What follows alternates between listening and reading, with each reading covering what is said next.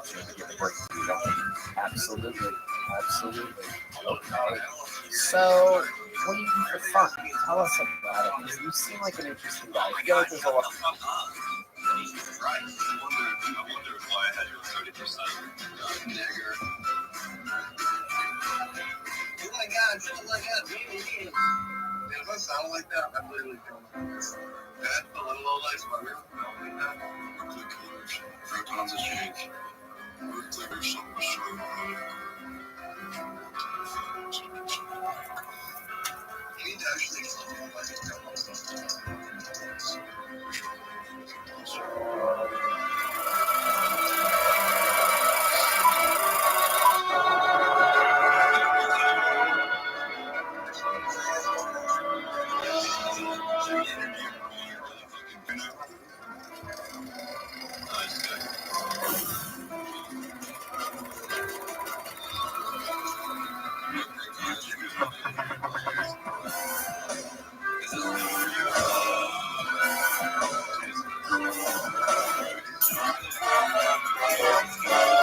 Hey y'all, this is Redman coming to you live from Antones in Austin, Texas, for a brand new episode of Kill Tony. Here's Tony. It's clear.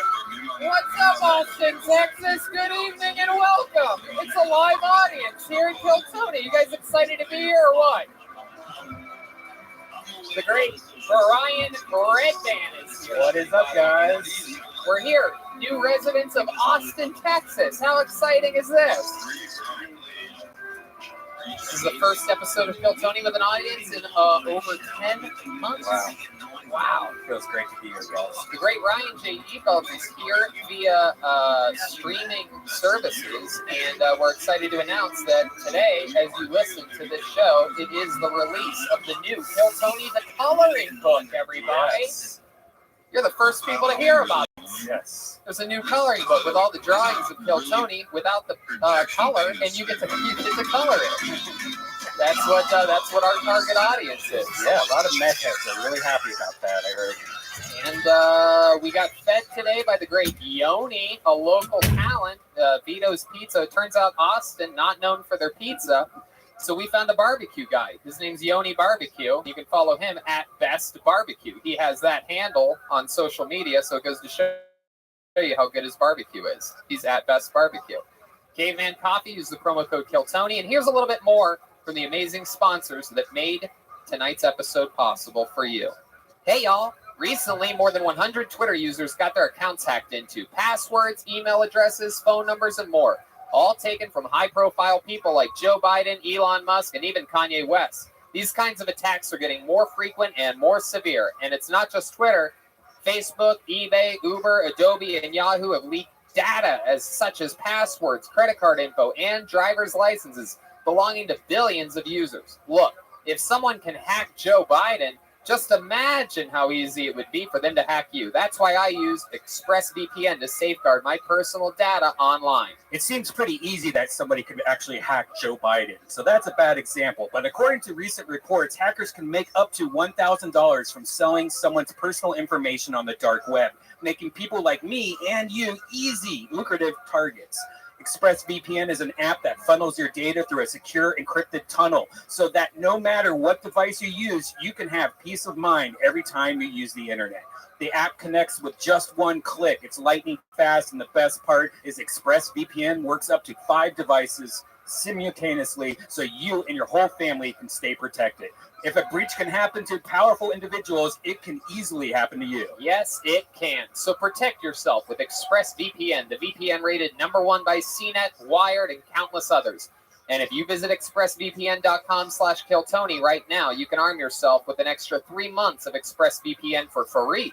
That's expressvpn.com/KillTony. Visit expressvpn.com/KillTony to learn more. Today's episode is brought to you by Sheath Underwear. Sheath makes the softest, most comfortable boxer briefs I have ever worn. I mean, I wear them all the time. Golf, right now, absolutely everywhere. If you're sick of boxers that are too loose or briefs that are too tight, Sheath is for you. Here's what makes Sheath unique.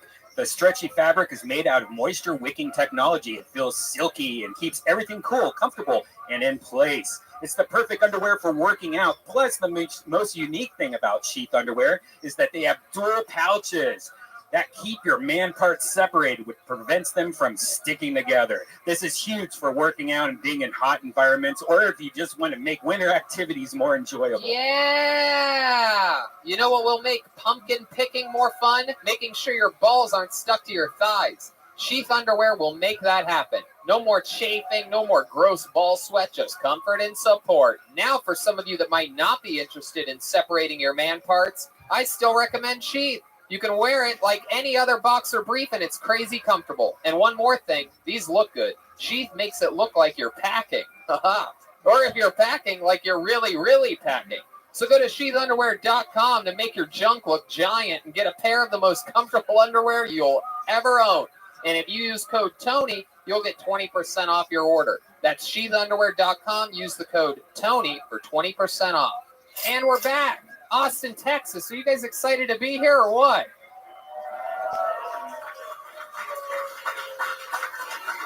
As with all road episodes, we'll go guestless tonight to fill in, to feel it out, and to get comfortable here in Austin, Texas. However, everybody's been asking, what about the band? What about the band? On top of a lot of special surprises that we have lined up for tonight's episode for you, the Kill Tony fan, and the people that were brought here by real Kill Tony fans because they had to buy a table. We're excited to announce that you're the first people to hear and see the stylings of our new Kill Tony band. Ladies and gentlemen, I present to you the best damn band in the land. John Dees, Michael Gonzalez, Michael Hale, and Jimmy Blazer.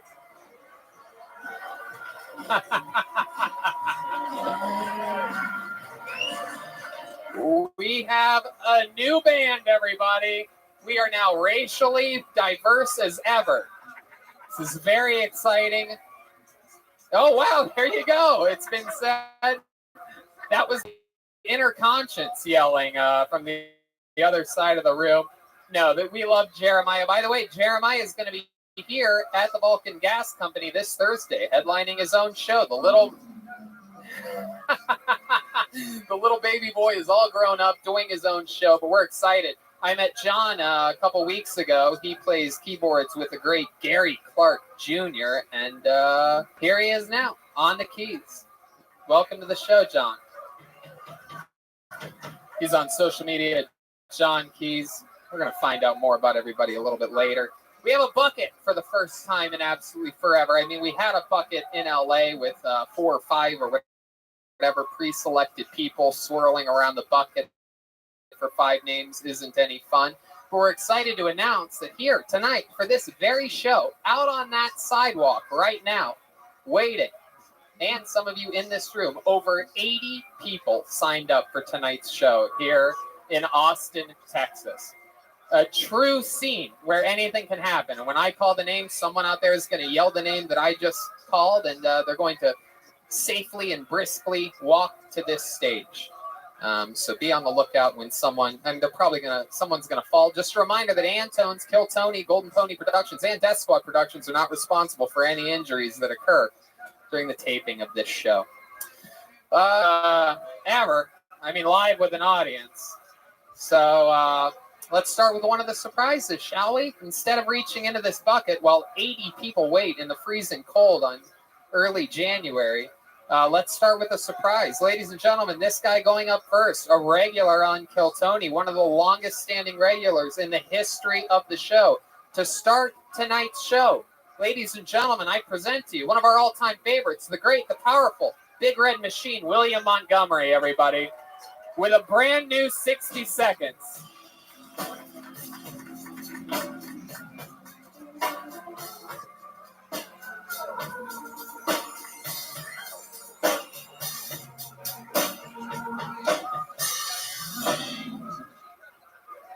Vanderbilt had a female kicker in football this year.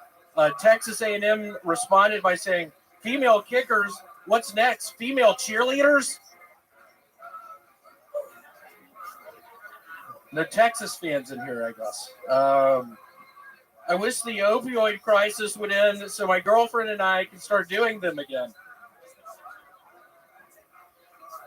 You want big dick energy? Re-elect Nixon. Richard Nixon is so sexy, Frost couldn't cool him off.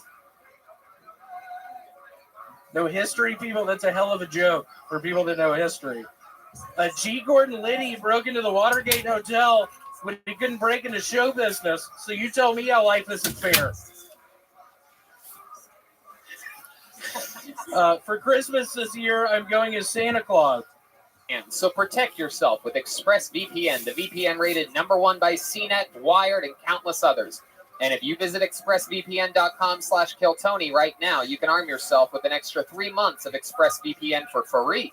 That's expressvpn.com/KillTony. Visit expressvpn.com/KillTony to learn more. Today's episode is brought to you by Sheath Underwear. Sheath makes the softest, most comfortable boxer briefs I have ever worn. I mean, I wear them all the time. Golf, right now, absolutely everywhere. If you're sick of boxers that are too loose or briefs that are too tight, Sheath is for you. Here's what makes Sheath unique. The stretchy fabric is made out of moisture-wicking technology. It feels silky and keeps everything cool, comfortable, and in place. It's the perfect underwear for working out. Plus, the most unique thing about Sheath underwear is that they have dual pouches that keep your man parts separated, which prevents them from sticking together. This is huge for working out and being in hot environments, or if you just want to make winter activities more enjoyable. Yeah! You know what will make pumpkin picking more fun? Making sure your balls aren't stuck to your thighs. Sheath underwear will make that happen. No more chafing, no more gross ball sweat, just comfort and support. Now, for some of you that might not be interested in separating your man parts, I still recommend Sheath. You can wear it like any other boxer brief, and it's crazy comfortable. And one more thing, these look good. Sheath makes it look like you're packing. Or if you're packing, like you're really, really packing. So go to sheathunderwear.com to make your junk look giant and get a pair of the most comfortable underwear you'll ever own. And if you use code TONY, you'll get 20% off your order. That's sheathunderwear.com. Use the code TONY for 20% off. And we're back. Austin, Texas. Are you guys excited to be here or what?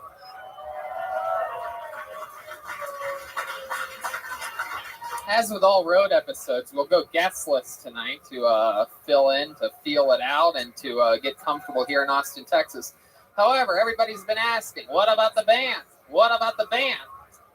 On top of a lot of special surprises that we have lined up for tonight's episode for you, the Kill Tony fan, and the people that were brought here by real Kill Tony fans because they had to buy a table. We're excited to announce that you're the first people to hear and see the stylings of our new Kill Tony band. Ladies and gentlemen, I present to you the best damn band in the land. John Dees, Michael Gonzalez, Michael Hale, and Jimmy Blazer.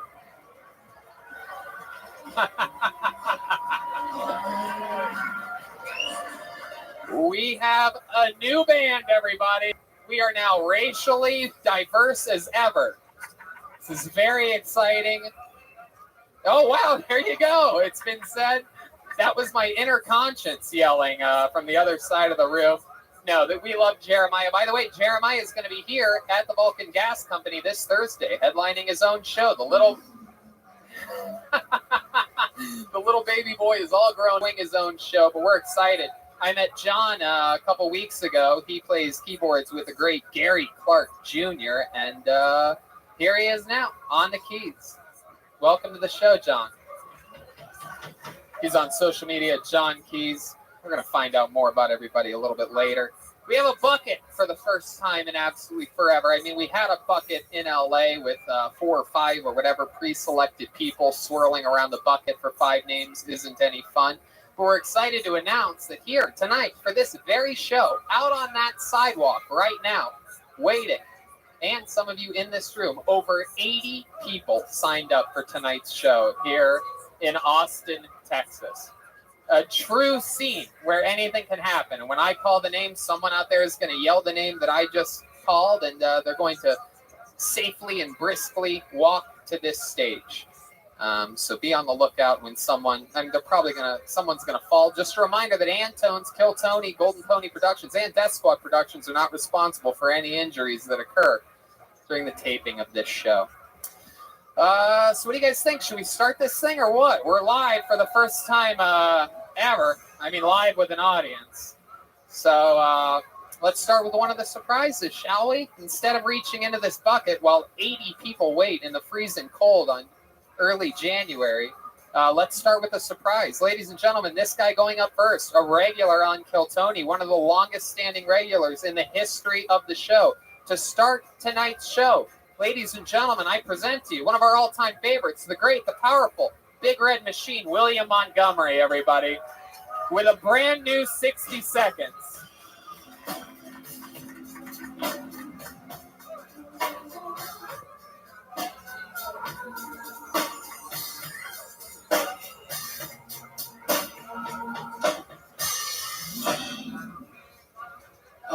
Vanderbilt had a female kicker in football this year. Texas A&M responded by saying, female kickers, what's next? Female cheerleaders? No Texas fans in here, I guess. I wish the opioid crisis would end so my girlfriend and I can start doing them again. You want big dick energy? Re-elect Nixon. Richard Nixon is so sexy, Frost couldn't cool him off. No history, people? That's a hell of a joke for people that know history. G. Gordon Liddy broke into the Watergate Hotel, but he couldn't break into show business, so you tell me how life isn't fair. For Christmas this year, I'm going as Santa Claus. Man, these jokes aren't working. Can I do my two last Santa jokes? Yeah, absolutely. Go right ahead. If I was a millionaire and I could live wherever I wanted, I'd probably live at the North Pole with Santa Claus.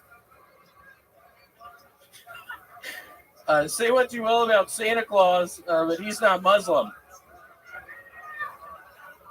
Okay, that's There you go. William Montgomery starting tonight's show. so nice to be here. You're in front of a live audience, William. How does that make you feel? It has been a coon's age. Wait, what exactly? What length of It's time a is figure of that? speech. It's like 3 weeks. Who says? What, 3 weeks? Who I says think a that? coon's age is 3 weeks. Who told you that? Where'd you learn that from? He's from the South. It's 3 weeks, I think. All But right. it's been way longer than 3 weeks. I haven't seen this many people on the ground. It's been a coon's age. Okay, I would stop saying that if I was you. William, so it's been a while since we've seen you. Welcome to It Austin. has. How was your trip to Austin? Man, I thought I was having a heart attack in the airplane.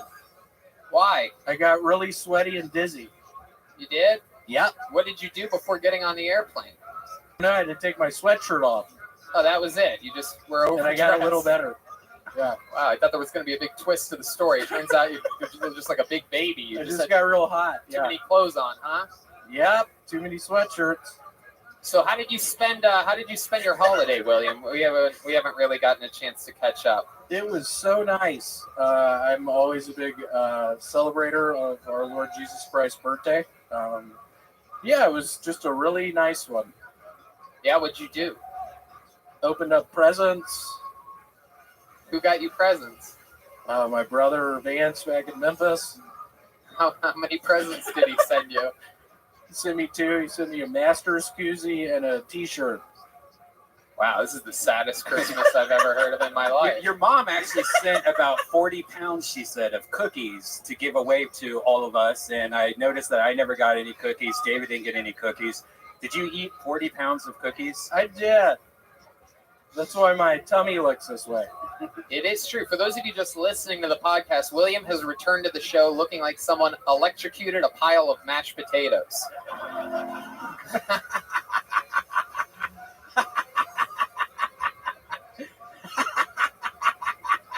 It's true. No, I don't think that's a real laugh. What the fuck? This is William Montgomery. No, it is true. For those Yeah, of you, this really hasn't gone well. I apologize, Texas. Normally, I am You opened up with a joke about Texas A&M and Vanderbilt, and then Texas. I don't know who people fucking like around here. I was trying to fucking get the crowd on my side. Maybe Texas A&M fans. In here. One of the things we've seen you do is pander to fans. It was one of our favorite things when you were doing it. You want to give it another shot? You want to try to pander to these Texas people, see what gets them to go crazy? Let's do it. Here's William Montgomery pandering. Hold on, who's someone from Texas? Are you doing crowd work right now? Yeah, hold on. Give me a name from Texan. What about George W. Bush, y'all? He's from Texas, isn't he? I love George W. Bush. What do y'all think about George W.? He's from Connecticut. Shut the fuck up. Don't fuck this up for me. It was finally starting to go kind of all right. He's from Connecticut. You fucking bitch. Seriously, stop. Seriously, stop. Name someone else from Texas. Don't ask. Just go with your gut. Someone from Texas. Who is the Okay, here, ask me again. All right, who do you love from Texas, William? Let's give it up for Toucan Sam. Look at all these people are mad. You don't know these people from Texas. These people have a lot of pride here, William. I've really messed up. I was kidding with Toucan Sam. Now, William's originally from Tennessee. You guys are both considered the South to most Americans.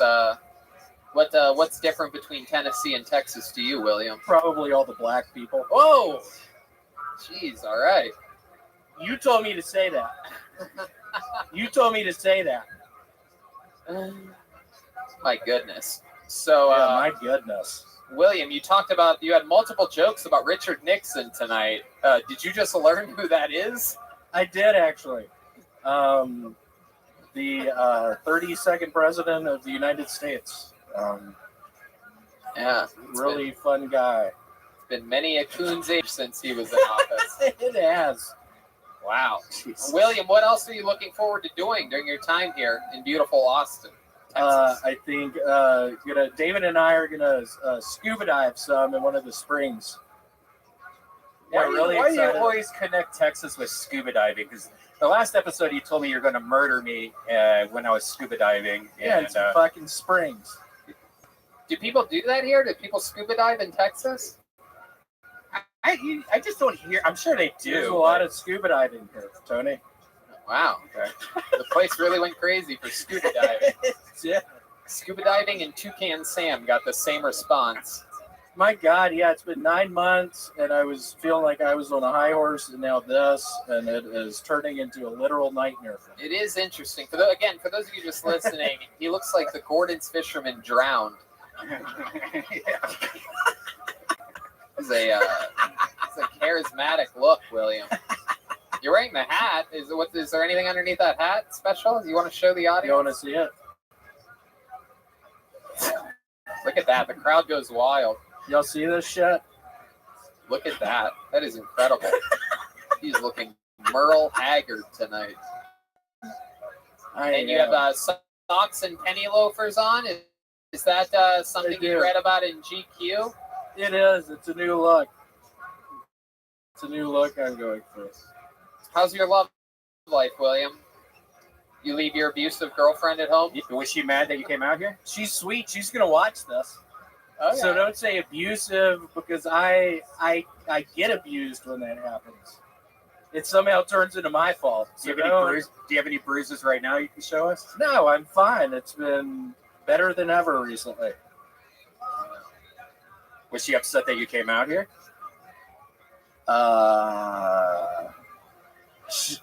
No, she was real supportive.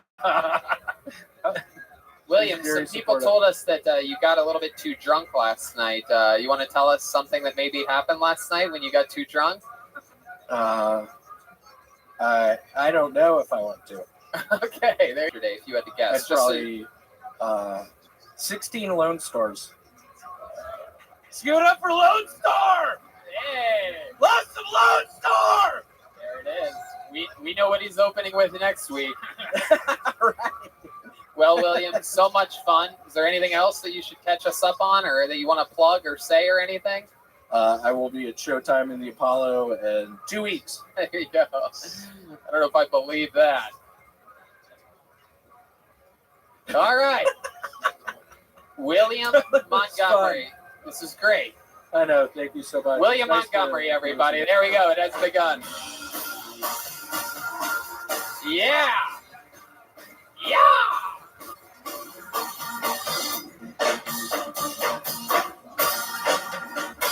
God, we have a real band, Yeah, everybody. so much.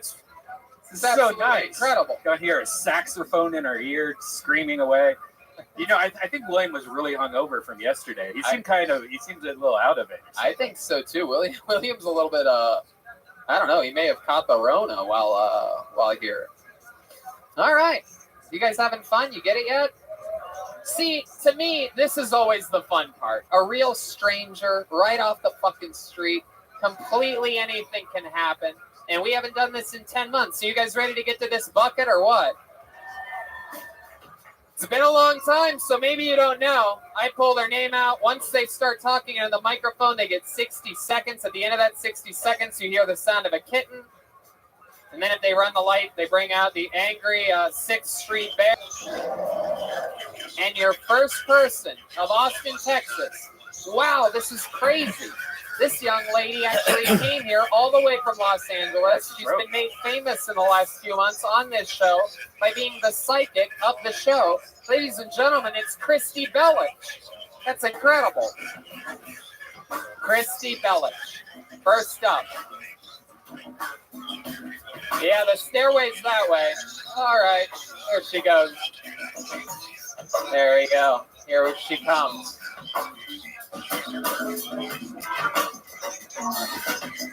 Here she is, ladies and gentlemen, Christy Bellich. So I just found out that my ex-boyfriend is now fucking my now ex-best friend, you guys. I know, right? The thing is, as long as I knew my ex-best friend, that motherfucker was always a lesbian, and this dick was not the dick to change her over. You know, like it was like cocked to the side. You had to Crisco that shit. You had to go to Home Depot. You had to get that all shit right up. Anyway, I lost breath. But the thing is, before I moved to LA, I donated my bed to his family, which means they're fucking on my old bed that has my period stain on it. And it's not even like the nice, straight out the art store, goddess, pomegranate, red flowing blood. It's like the chunky brown, like Jackson Pollock, straight up on that Posturpedic. Christy Bellich. This is what I think. Wow. I feel like if Redman was a woman, he would have written a set like that. Oh no, My period bitch, chunky. no, that shit was very graphic. That reminds. I used to do that kind of graphic. It is. shit. He's hard as a rock back Yeah, there, I'm hard. Yeah, that's disturbing. Is this true that your ex is fucking, what was it, your former best friend? Yeah, this is a true story. I moved to Los Angeles with my ex, and then I kicked him out, kicked him straight to the curb. Why'd you kick him out? Because there's a lot of men out there, probably Welcome, not how are my you? lovely musicians on stage, but there's I a look lot like of a men fucking out there coffee who bean ain't motherfucking shits. Wow. You know what I mean? Why was this guy not shit? That's me before I got on stage. He What are wasn't you shit. now? What sound would you make now? Wow. Tiger and a goose. What if they? So what happened? You kicked him out. Why exactly? Because I was the breadwinner. I was the one paying the bills. I was working at a yoga studio in Santa Monica at the time. I was like cleaning. I was cleaning like yoga. Wait, you want a bunch of bread? Red Band's even harder Hey, than it come was on. before. Breadwinner. Okay. Yeah. So how was he contributing? Was he fun in bed at least? I was thinking about his dick earlier today. Yeah. Like, have you ever they're like missing a front tooth, but their dick is really good. So like it's like it was cocked to the side, but it was long. So it like could get around and like could do the job. Wow, I'm about to vomit right What? now. Whatever. You don't He's hard right now. Yeah, once you said man with missing a tooth, I got hard as a rock. I'm into that wacky shit. That's why I moved to Texas. Did you drive here or did you fly out? I drove here. Wow, what a superhero. What Yeah. kind of car do you have? I have a 2013 Hyundai Elantra, and it died in El Paso. Oh no, that's the worst. Anywhere but El Paso. I stopped off at a Red Lobster on my way here. Oh yeah. Yeah, in El Paso. It hurts me to say this. Worst Red Lobster experience of my Really? life. Who would have guessed that a Red Lobster in El Paso wouldn't be the, They don't have that fresh seafood at the El Paso. no, we ended up filling up on the cheddar biscuits Oh, because that's cool. it was the only thing that came out. Yeah, I stopped at El Paso also. It's like if you go back in time like 40 years. Like all the signs, like the Arby's sign had like the big like cowboy hats still and Yeah. shit like that. It was like a saloon. It's like a saloon Red Lobster. How'd you fix your car? Did you get it fixed there or Because of Jesus. Like everywhere. Jesus? Jesus. There are these 24-hour tow guys that just happen to be at the pilot that we were stuck at. Uh-huh. And they were able to get, it was the starter. So they like taped, this was like as ghetto as it gets, but they taped the starter together. And then we had to keep it running. We even had to fuel it up running the Wow. whole way here. Yeah. Jesus. Wow, my goodness. So you're stuck here now. You're not going back probably. I'm between here and Oklahoma. So I'm like doing the road between Texas and Oklahoma Wow, for as okay. long as I need to. Between So- Texas and Oklahoma, you're bound to find another guy missing teeth. Exactly. Incredible stuff. So I find it amazing, that we've always talked about the incredible bucket and how it writes its own storylines. But out of all the people that signed up, you got pulled first tonight, and we've known you on this show. You've become literally a once a month regular. For those of you that haven't been keeping up to the non-live audience episodes, which I completely don't blame you for. But you've been doing psychic readings famously on the show. Do you have anything prepared for tonight that you might be able to do? Well, I brought cards just in case, but I was going to do spirit totem power animals for 2021 today. I don't know what that means, but go right ahead. Do whatever you want. Okay. Hi, everybody on here. So I was going to say, everybody out there has like a spirit totem animal. And I was actually at like a yoga center this weekend, and I was like meditating about tonight. Uh-huh. And they said I was going to come up and talk to you Hey, about how you're the golden pony. okay. But really just to tell you, you're a very bad pony. This is getting weirder and weirder. Why am I a bad pony? This is disturbing. This is your your lifelong task, is to figure out how to be a better pony. Christy, I'm starting to figure out why you got guys with missing teeth walking out on you.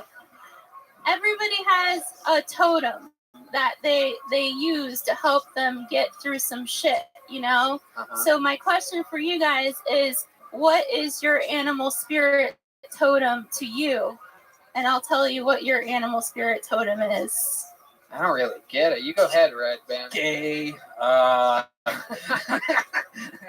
Just I have no idea what she's talking about. Yeah, we're confused, Christy. We're not that smart. Yeah. We just made friends with Joe Rogan, and the rest took off. Right. All right. Well, okay. Well, what animal represents your spirit? What represents your heart? Why did you call yourself the golden pony? Is my question. I didn't call myself. My friends gave me that nickname, and unfortunately, it stuck. I didn't really like it when it started, but you kept it because you didn't like it. The nicknames aren't really anybody's choice. You know what I mean? Like, I don't really like the golden pony. Or Red Band doesn't like it when I call him the human breadstick. You know what I mean? Like, you don't really get to choose these things. You know what I mean? Do you have a nickname? Did anyone ever give you a nickname? The fire wolf. The Firewolf. Yeah. Damn. Okay, not really. Okay, everyone's got a. Just kidding, Chris. Is it because of my tummy? No, no, not at all, Christy. No, I was talking about, you're just a little bit nasally. I like ice cream. Okay. Okay. All right. I think you and William can go hang out and All right. I mean, if you told me I was coming on stage, I would have brought my cards. I would have been ready, you know. This is the actual show, though. You know, you became popular on the show during a downtime in which you were pre-selected, but this is it. Now people don't know. But I'll tell you this: you've been on so many episodes lately. We're just going to keep speeding through it. This was great. I think you were fun. Thank you. This is one. In fact, that's one of the best performances by a female comedian I've ever seen in my life. Christy Bellich, everybody. There she goes. Let's get back to this bucket.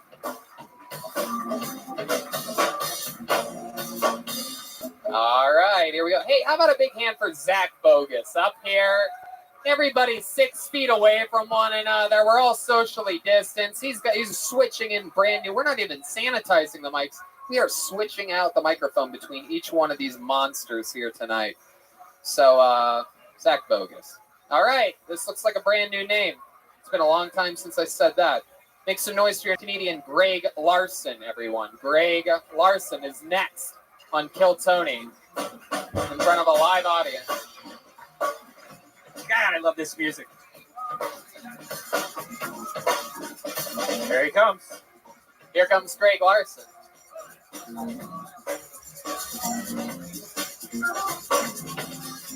Come on, one more time for Greg Larson, everybody.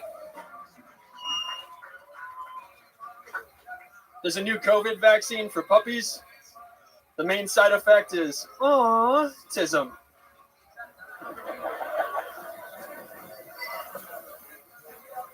When Latinos get the vaccine, do they develop Taco Bell's palsy?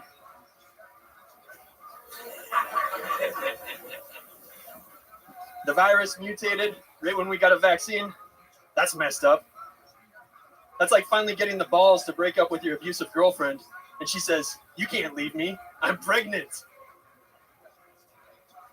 I'm like, screw a vaccine. Get me to the closest staircase. This is Moderna. You know why they call those assault rifles AR-15s? Because that's how old you have to be to kill your math teacher with one of them. I'm Greg Larson. Thank you very much. Wow, look at that. Signing out at 58 seconds, Greg Larson. Welcome to the show. This is exciting. This is like William Montgomery if he took vitamins. Yeah. Welcome to the show, Greg. How long have you been doing stand-up? Just over a year. Just over a year. All of it here in Austin, Texas? Almost all of it here, yes, sir. You born and raised here? No, grew up in Elk River, Minnesota. Elk River, Minnesota.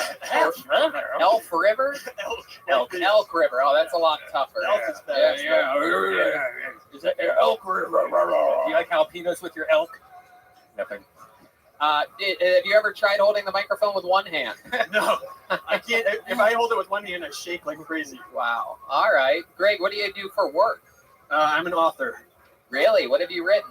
My last book was a memoir about college. My forthcoming book in April is a memoir about 2 years I spent as a clubhouse attendant for a minor league baseball team. Wow. Look at that. From Moneyball to Funnyball. Look at you. Very interesting. You like that, don't you? I love it. I'm in the Writers Guild. Are you? No, sir. You're goddamn motherfucking right you aren't. Nice. Okay. So, wow, that's cool. But you make money writing books? Yes, I'm right now living off of money I used to make as a ghostwriter. Right. Saved up there, and now I'm trying to make it until my book comes out in April. Wow. What kind of ghosts were you writing for? A lot of like CEO types. So stupid. Wow. All right. So you haven't been on this show before, have you? Yeah, I got pulled in San Antonio last January. The reason why I ask is because I remember this. Yeah. Ghostwriting for CEOs. I remember it very clearly. Did tonight's set go better? I think tonight's set was better. Yes. I think it did too. I think the autism joke, the little kitty joke was adorable at the beginning. I think a lot of people had a problem with your Mexicans eat at Taco Bell joke. I don't know if you've ever been out of your house, but they don't really do that so much. Have you ever seen a Mexican at a Taco Bell? Never. They don't even work at Taco Bell. That's like a disgrace to the family name. And you know, they'll do any fucking job. So, I mean, it's really crazy that... Okay. So, how long have you lived here in Austin? About 3 years. And you moved straight from Minnesota? No, I've been all over the place. I was in Montana, Virginia, Florida. What's some advice you can give me and Tony? We just moved here. Have you guys been to Barton Springs yet? Yeah. Actually, I went there today. They have a car wash. It's called Barton Springs Car Wash. It's a great car wash. That's the only reason I know you I was serious? in Barton Springs. Yeah. Barton Springs, the pool is the spots in Austin. Is that like that super long free pool that you can go to? And it's like It's yes. free right now. It'll be free, but then it'll cost money once spring comes. I actually read about this. Oh, you yeah, did? yeah. It's You really- thinking about going swimming in the super long pool? This is like Blackfish too. No. It looked really cool though. It's long, but is it wide? You know what I'm saying? So you go swimming in this public pool? Yeah, I go there. It's Do only people ever like dunk you and splash you? You seem like you'd be easily bullied. no. All right. Well, if I see you there, I'm going to. I'm gonna jump right on top of you, pull one of your teeth out. You know what I mean? It's not what I might like it. Uh-oh. Whoa, God, Jesus. what the fuck? All right. Well, you have a girlfriend? Are you into guys? What we're finding out right now? Oh my god, I could be, but no. I'm. I guess technically I'm like an incel right now. Oh wow. Wow. Greg doesn't even know he's gay, everybody. This is exciting. We're the first people to tell someone live on the show that you're gay. Cool. Have you ever messed around with a guy? Like when you were a kid, did you kiss your friend's penis or anything like that? I think He's thinking about it. probably the gayest thing I've ever done is I was watching a movie with my friends in the basement, and neither of us we didn't want to change out the movie, so we're like, okay, whoever can jack off and come first has to change the movie. Oh my god. That's not real.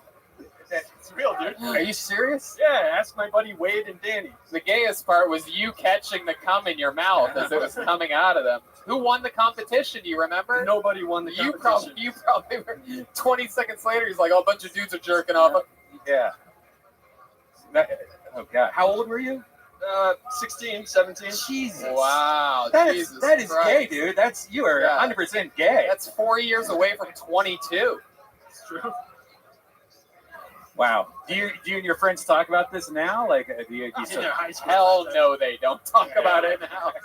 Yeah, I just always, when the VHS is over, I just go right up and put in a new one. Never hesitated once in my life. Yeah, why would that even come up? So wait, let me ask you this, because you said nobody won, like nobody finished. Right. But so how long until you guys? 4 hours. It's getting hot in there. We're gonna take off our clothes. Jesus, we could have watched Kill Bill twice at the. my arm is throbbing. Hey, I'll do you if you do me. Totally not gay. My goodness, Greg. All right, what's the second gayest thing you've done? Well, I once ate a dude's ass out, but it was only because the DVD was over. So it's not gay at all. The second gayest is probably hitting on you just now. Wow. Oh. What's the biggest accomplishment you've ever had with the ladies? I once proposed to a girlfriend of 3.5 years, and she said no. Wow. Was it a special proposal? Like, were you at a restaurant or a Thanksgiving or something big? I made a. Wait, let me guess. The VHS was over, and okay, go ahead. I made a scavenger hunt that brought her around town, and I wrote like Aw. rhyming clues. And the final clue, the final clue brought her into my parlor at my house, and there was a video camera. You got told no at the end of a fucking scavenger hunt? Yes. The worst part is, I thought I was safe to take a sip of water right then for sure. You almost got me, dude. How long did the scavenger How long was hunt it? What if it was like 2 weeks? no, What lasted longer, the scavenger hunt or the jerk off session before? about the same amount of time. Wow. It got to the worst part is I videotaped it because I thought she might say yes. So I still have the video. You have that? I have the video of her Will saying you no. send me a copy of that? I'll send it to you. We Yeah. gotta put that right Yeah, here. we're gonna post it on the we'll post it on the Kill Tony Instagram. Pretty sad. Oh, no. Oh, it sounds awesome. How many of you would love to watch this sad video? Okay, Nicole just texted me. It's 4 o'clock, Tuesday, April 29th, and she said that she's on her way from school, and I'm doing it. I'm going to ask her to propose to me. And I gotta say, I'm glad that this is something which I could prepare beforehand, because I would be too nervous to do something spontaneous. So I have the scavenger hunt set up, bringing her around town, just up to the park and in my car. But so she's gonna go on the scavenger hunt. I'm gonna follow with and just trying to act calm, cool, and collected. And she's gonna come in here, and the last clue is gonna have her turn on the lights. And there's in Lily's, her favorite rose, it says "Marry Me." It smells pretty good in here, and it's got all these lights and stuff. And it looks like it doesn't look great, but it's really pretty good, all things considered. So I'm gonna set up the camera here, and we're gonna see how it goes. So this could be a video which nobody sees, or this could be a video which everybody sees. Either way, well, one way is good, the other way is bad. So we'll see.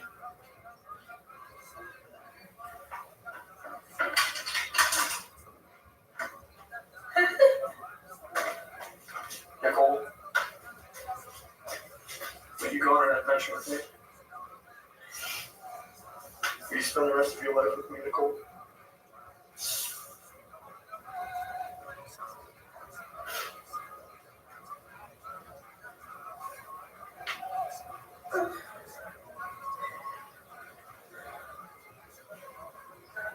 They're lilies.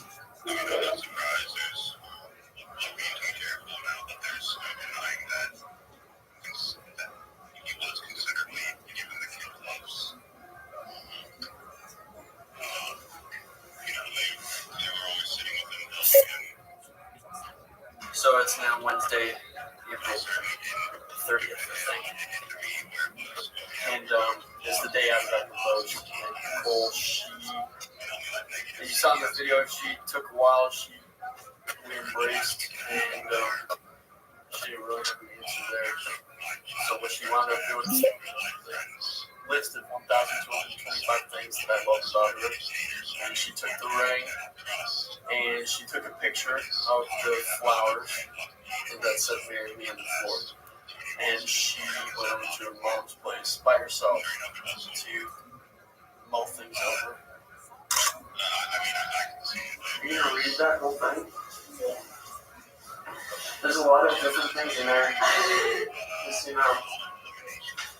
it's like 35 pages. I mean, sometimes these things just write themselves. Wow. Do you still talk to her? Or? No, we have not talked. That's what she said. All right. You started with no, but oh, I see.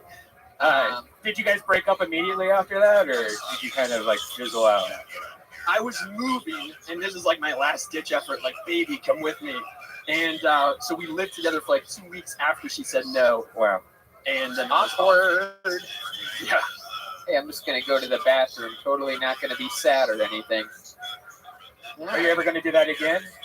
Propose to somebody? Yeah. I hope so. Oh yeah. Wow, look at that. Oh, look at the lonely women in the audience. I'll go on a scavenger hunt. My God. Did you keep the ring? I was so poor, I borrowed the ring from her mom, who just got divorced. Oh, So I Jesus just gave it right Christ. back to her. My God. What a loser.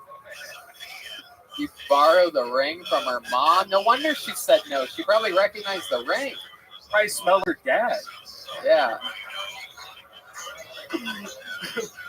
All right, Greg. Well, this has been a fun interview. It's fun to have a new, even though you've been on this show once in San Antonio, it's fun to have a stranger on. You got us back to talking to someone we don't know that much about in front of a live audience. So thank you so much. Greg Larson, everybody. There he goes. He's on Twitter at the Greg Larson.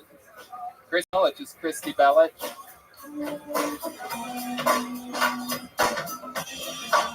Yeah. There's Zach Bogus. Zach, if you want to move that stool back a few feet, maybe towards the keyboard. Hey, Toe, could you give him my email address? at Zach Bogus up Oh, here. he sent that video in. All right, ladies and gentlemen, it says it here, all the way from Sunbury, Ohio. Your next comedian goes by the name of Trevor Williams. Trevor Williams. Sunbury. I know Sunbury. Yeah, I know Sunbury too. My aunt and uncle live there. Oh, wow. Here he comes. You can almost hear his heart beating from here. The anticipation of knowing your name has been called. Here he is, Trevor Williams, everybody. Hello. A little bit about me. When I was 6 years old, I walked in on my parents having sex for the first time. My first time catching them. And I walk in and my dad he's on top of my mom and he looks over and he's like, "Can't you knock?" And from that point on, I learned, no, knock before you walk. It's by far the most memorable Easter of my life. And years later, my dad walked in on me masturbating as a teen. And he was like, "What the fuck, dude? I knocked." I was like, "I know, I heard you." And I was close. Here's a towel. I came on my dad. The towels for the cum. I don't have distance like that. I'm joking. A little bit extra about me. Arnold Schwarzenegger is like one of my favorite actors ever. I think Total Recall is criminally underrated. My only gripe with the guy is that in all of his movies, no one ever brings up the goddamn accent. Not once, like in any of his films. And I'm not saying it has to be like central to the plot line, but can't someone at some point be like, "Hey man, where are you from?" I could just use one scene in The Terminator where they're like building the robot and Whoa, Jesus, there it is. I almost forgot the bear was there, all the way from 6th Street.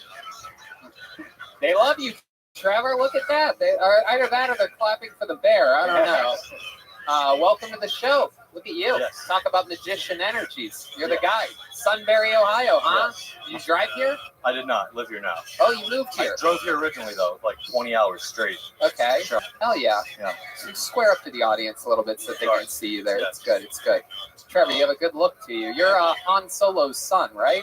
I am Kylo Ren. Yes. There you go. You get that a lot? Keanu vibes as well. Yes. Like What ethnicity are you?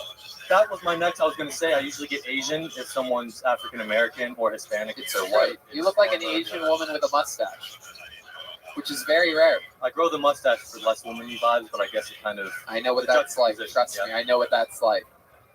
So, how long have you lived in Austin? About 3 years now. Everybody's lived here for 3 years. It appears as if there was another bum rush of people before. Perhaps another big podcaster moved here 3 years ago. So, Trevor, what have you been doing? What do you do for a living? I just got a job with the state at the start of last year. Great benefits. It's incredible. The state of what? Depression? That's sending me there. No, the great state of Texas. What do you do for the state of Texas? I've helped put together courses for attorneys. Oh, wow. You're that guy Yeah, I'm that guy. that they put in charge of The that? books and stuff. I do an okay job. Okay. Hell yeah. Why Austin? What made you come out here? Because I know Sunbury pretty well. My aunt and my uncle lived there, grew up there a lot. Nothing out there. Bunch of There's an outlet mall now, so there's an that's outlet kind mall. of slanderous. a lot of cows, a lot of farms. Yes, a lot of cows and farms. But I moved here to do comedy actually before it was like cool too. So you've been doing that for a few years now? Yeah, I actually was at the Dallas show last year. You were on the show? Yes. Wow. So still nobody that hasn't been on the show before this episode. That's incredible. Let me ask you this, because you have a real look to you. You know this. Do you have any special skills or talents that we would find interesting? I don't play instruments. Last time we asked that, Yeah. I brought up that I could dunk, Uh-huh. and you had me do a jumping contest. Really? Yes, How- I got beat, but I didn't get a rebuttal, so that wasn't fair. Who out-jumped you? Jeremiah? No, Joel? a guy at the end of the show, Oh, just a human big, being. tall, yeah. This is good. Other Wow. adjectives. You were really scarred from this experience. You Yeah. don't even remember it. Yeah. You want to try jumping again? Have you improved your I don't have any other fucking talents. I can do the worm. I don't want to do the worm either. Why do I? This is just embarrassing. I don't know. How many of you want to see this guy do the worm, huh? no better time than during a global pandemic than to have a guy roll around on the floor. Fair enough. I'll give the people what they want. Here he is. Can we get a little worm music from my friend here? Here he is, doing the saddest worm you've ever seen.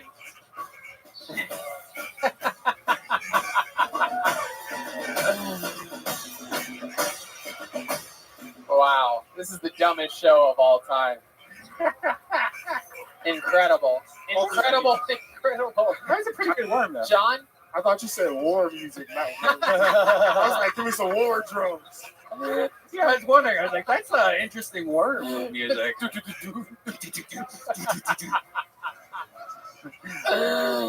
Oh my God. By the way, your Arnold Schwarzenegger joke, I love that. That's a good. That's a great point. part. That's why I was trying to get. Okay, what's the ending to the Arnold joke? So the guy in charge of communications, he's putting Arnold together, and he's like, "Hey guys, you know what would be awesome if we gave this guy a Nazi accent? Ha ha ha ha ha ha ha ha. How about some big sexy muscles too? What? I don't know.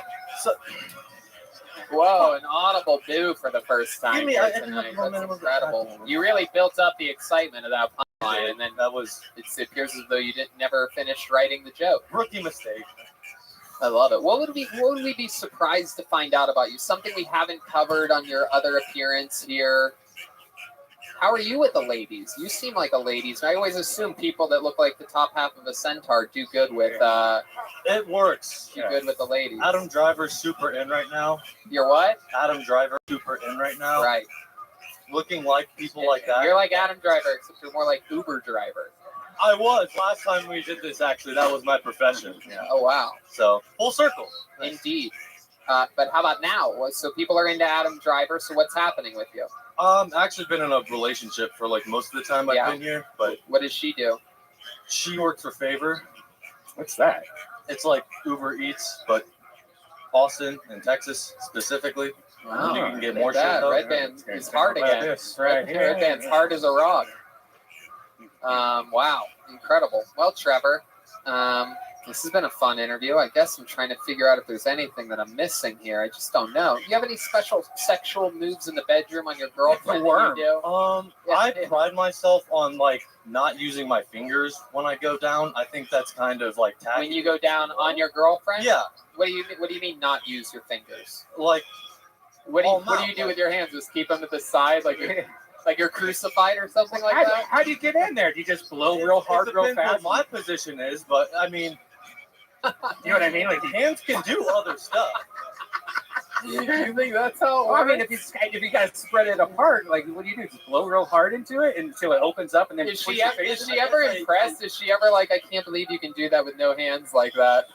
I guess I should be more specific, like Oh, you don't do the fingering. the fingering. Yeah, Ah. the fingering. That's not that crazy. It's not that crazy. You just asked me for a unique skill. The first thing that came to Is mind. there anything else? I mean, is there anything else that comes to your mind? Is there anything that anything that you have? Are you interested? What's the noise that you make when you have an orgasm? Okay, I'm done, Tony. What? Okay, I'm done, Tony. Oh, you son of a bitch! You Do it. son of a bitch! Who says that? All right. Well, Trevor, fun to have you on. Congratulations, Trevor Williams, everybody. There he Thank goes. All right. My work is done here. Here we go. It's that part of the show where, if one's available, I'm going to bring up another regular. How about that, huh, guys? All right. Ladies and gentlemen, this guy famously a great roaster, unbelievable comedian. Here he is. Ladies and gentlemen, David Lucas, everybody. Here he is.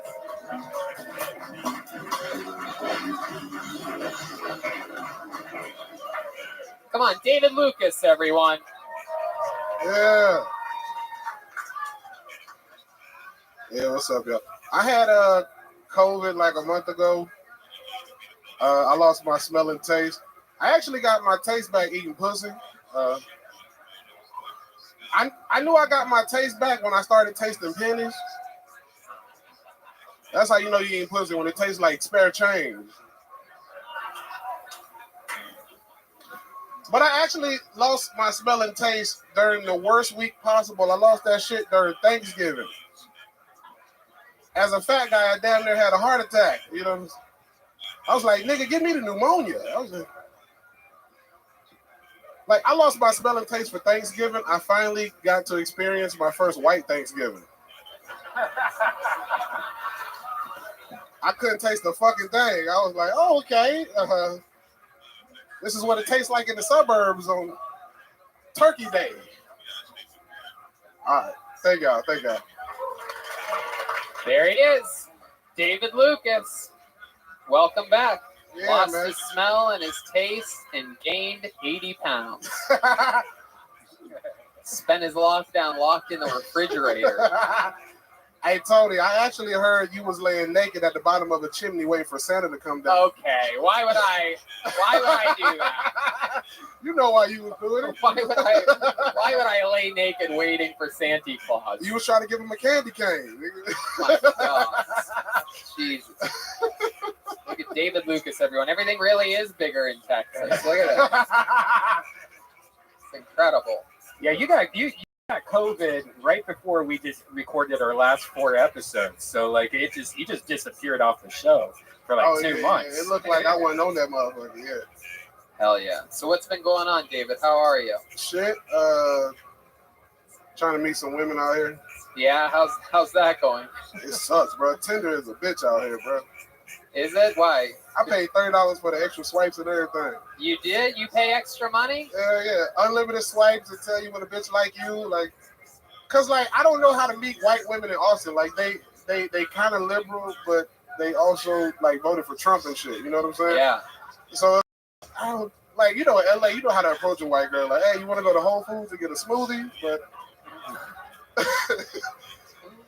So you're here at Antone's. This is the home of the blues. hell yeah, our buddy owns this, right? Yeah. Yeah, damn right. My boy Keys on the keys. Yeah. This band is fire, dog. God damn. David got excited when he found out it was the home of the blues until he found out it wasn't the Cheats. Hey, look at that. Ebony and Ivory. Tony just wants to be the first gay mayor of Austin. Oh, come on. I'm pretty sure the mayor of Austin that they have right now is gay. Yeah. Yeah, you see that? I keep up on my local politics. Yeah. Tony fly back to LA every Thursday to get his ass bleached. Why would I do that when I can easily get my ass bleached here? Right. You look like Hootie ate a blowfish. Oh shit, we back on this. We got a live audience, goddamn. I ain't did this shit in like 9 months, bro. Goddamn, I miss roasting this cuckold. Yeah. It's good to have you back since you've been letting cats poop on your head.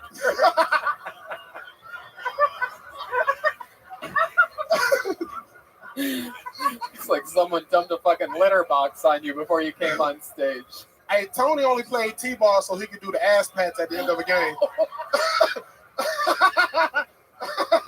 Why would I haven't played T-ball in 30 years? Good game. Tony still do that shit at the grocery store, like, good game. Oh my God. So you actually made changes to your diet recently, Yeah, my right? trainer's here. Where he at? My boy Kane over here. My trainer's here, dog. You know what I'm saying? He gonna get me in the shape so Tony can't say no more fat jokes. That's right. Looks like your trainer has a lot of work to do. How are you? He's not going to put you on his resume for a while. We go, Redman, are you serious? Just a moment, let me put my glasses on. This motherfucker used brisket oil as cologne. Oh, excellent. Hey, did you see I was on that Tony, podcast? you gonna need a hypnotherapist to get you out of being gay. Why would I need a What'd you think of hypnotherapist? it? Wave a rubber vagina in your face and tell you to fall asleep. I sent you a message about it.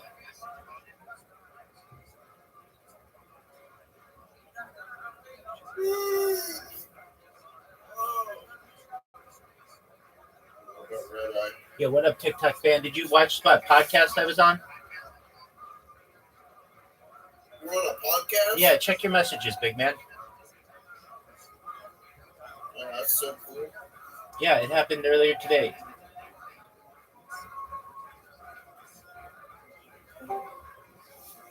Welcome. How are you, Frosty? Pardon me? Yeah, exploring the mind of Exploring rabbit. the Yep. mind of rabbit. Fine. Exactly. Frosty, did you see the podcast I sent you?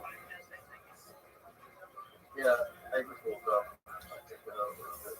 Excellent. Well, check it out because that's what I do. That's what I believe.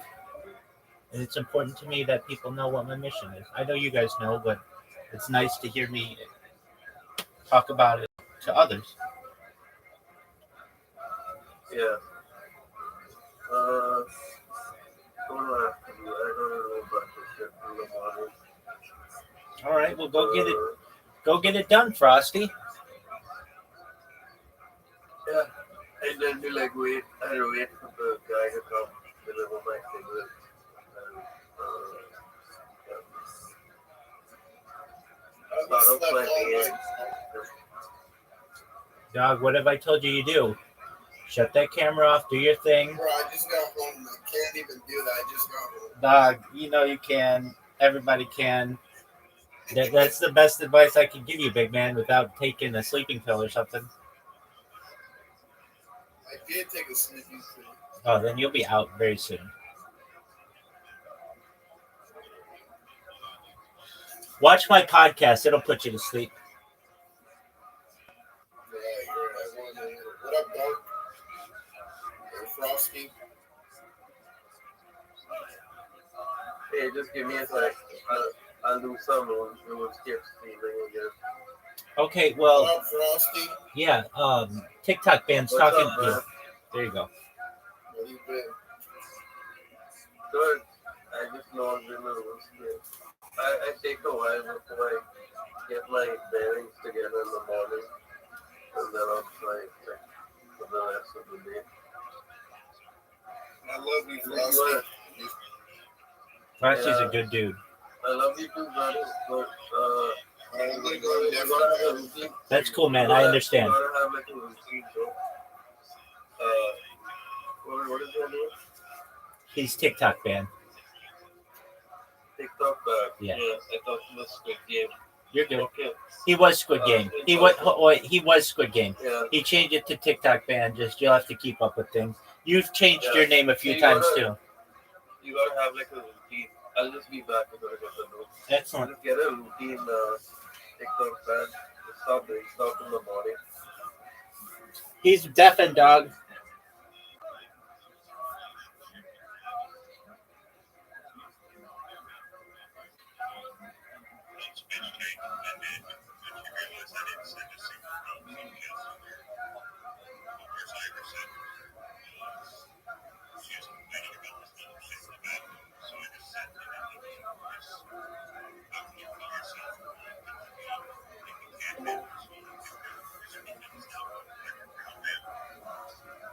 Yeah. Start doing shit in the morning. Start your sounds off.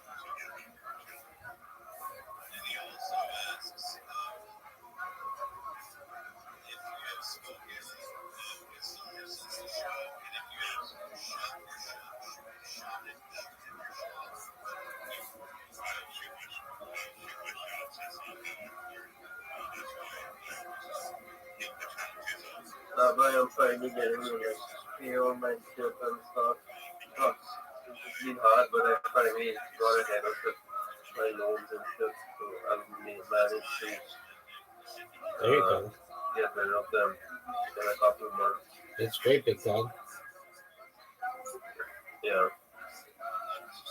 I gotta figure out alternative ways of earning. Maybe if I find another side thing, but I don't know if it will work out. I can't have another job over this one because it's too much.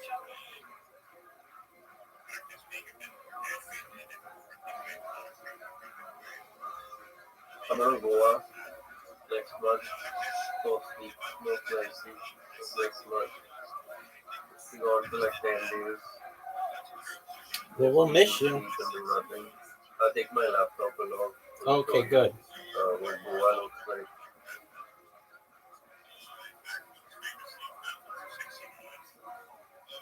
If you haven't seen what Goa looks like, we'll show you stuff.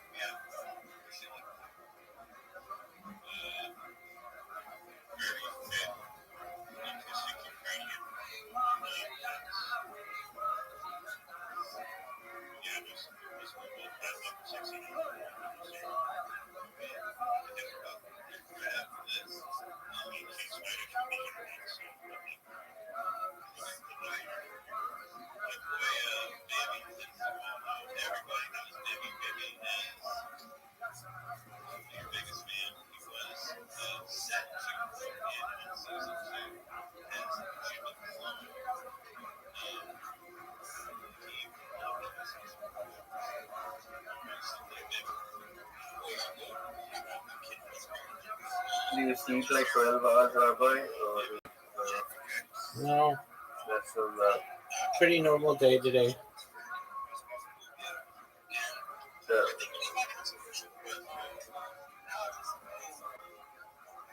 You got any topics I can write about? So I was talking posters on you. If you can give me a topic. Yeah, Trump just announced a Project Stargate, which is like an AI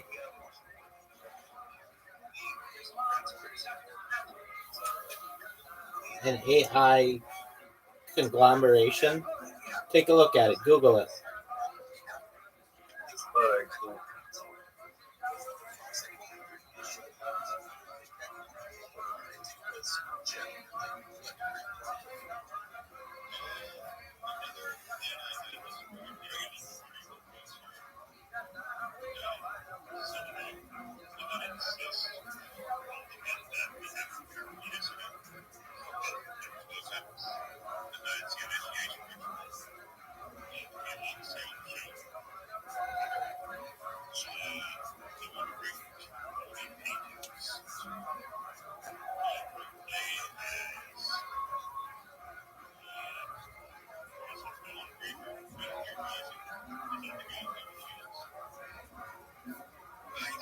Like what kind of AI infrastructure for jobs, for offices and stuff? For like all of the United States. It's supposed to be $500 billion. $500 billion, yeah.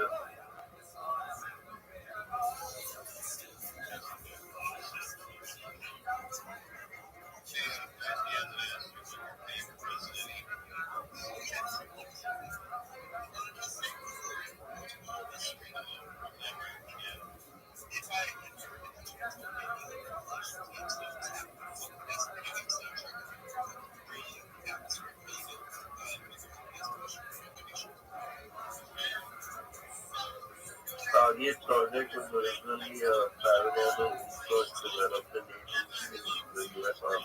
No, that's not it. Just type in Trump AI and then today's date. He did some announcements. I didn't find too much explanation for this. Type Trump 500 billion AI and look at the news.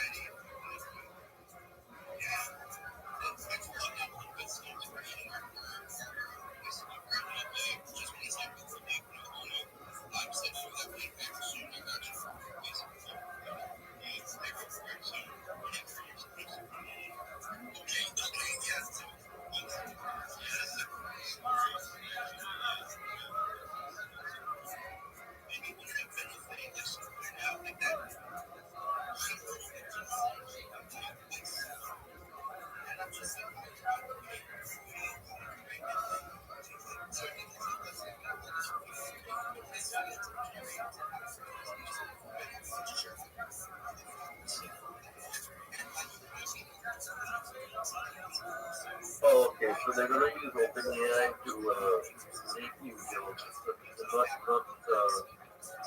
like standardized existing ones. We're gonna make new jobs out from using OpenAI. Yep. Oh, okay. Yeah. So it's apparently gonna be a global thing. I mean, in USA specifically, but it's gonna evolve. Yeah. Okay. I guess I can write about it. I just need, I read like 3 articles on it already. Just getting enough information. I don't think there's that much information on it yet. I can definitely write about it. I don't know like the details of how they plan to use OpenAI for these jobs or what the jobs are gonna be exactly, because that's not mentioned.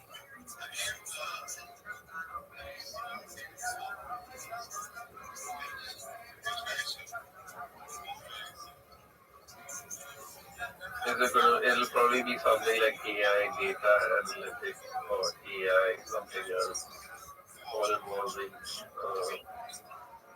AI programming, stuff like that. Perhaps.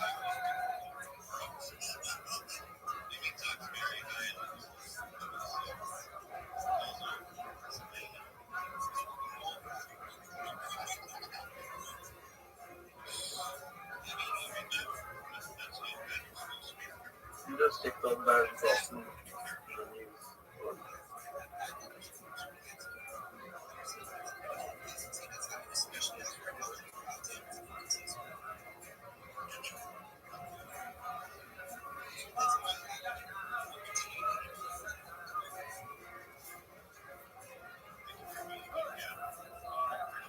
Alright, buddy, I'll get to work. Excellent, my man. I'll see you in a little bit. Smoke a cigarette. I'll come back after I'm done. Excellent.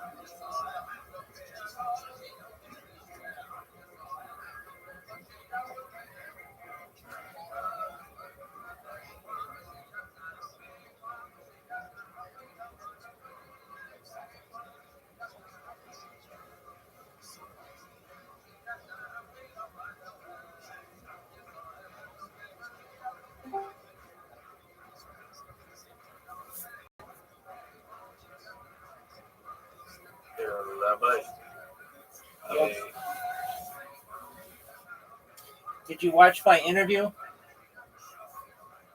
I'll do it now. I just pasted something in Free Speech channel. I wrote an article about Project Stargate. You can check it out. It's on the Free Speech channel. You can check it out later.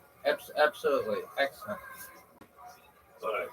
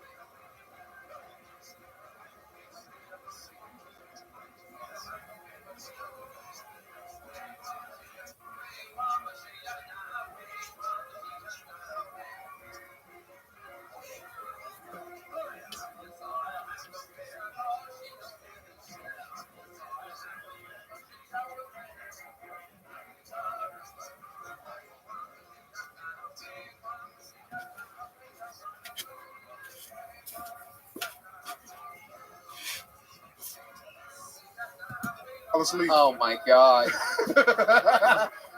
You're gonna need a broken hypnotherapist carrying around all that weight. I love you tried to wear a black shirt to blend in with the background and everything. Oh no, I'm not that big. It's just the curtain, everybody. Hey, Tony's skinny ass looked like a microphone stand. Motherfucker started walking up to you to do their minute.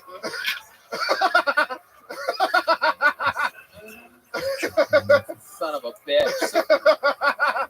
Tell these people about the dietary changes that you've made. Shit, that nigga cut out carbs.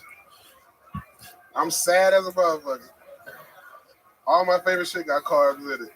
Yes, it does. But now you're like eating chicken, right? Like you used Yeah, to I be. eat meat now. Yeah, I eat meat now. How can I be in Texas and not eat meat? You know what I'm saying? Yeah. Yeah. I ate beef for the first time the other day in 4 years. Yeah, when they told David that Kenny Rogers performed here, he started sweating. Stomach started growling. They called Tony at the barbecue restaurant smuggling sausages in his ass. The jalapeno kind. Why the fuck would you say that about me? They were like, "Sir, you don't need a to-go box?" He was like, "No, I got it." Hey, you're saying what? I put it in my butt? Yeah, you just sat on it. God damn it. How'd you know that I did that? It's fun, David. So what else? What else in Texas? What else excites you about being here? Shit, I'm about to try to wrestle a longhorn. Yeah? I want to wrestle a longhorn, dog. Y'all know Wow. I like wrestling. If you Has follow- anyone walked up to you and tried to tip you when you're standing outside? Why? Because you look like a Pour cow. you out. Has anyone tried to milk you? I beat somebody's ass, bro. Fuck that. I do jokes, but I can fight. Nah, I'm gonna go fish. I'm gonna go fishing this week. So if anybody got an extra pole, I'm trying to do some bass fishing or whatever bite right now. Wow. So- Yeah, and if anyone has an extra pole, I want to shove it in my booty hole. Right. Well, to catch what you want, we need a different kind of bait.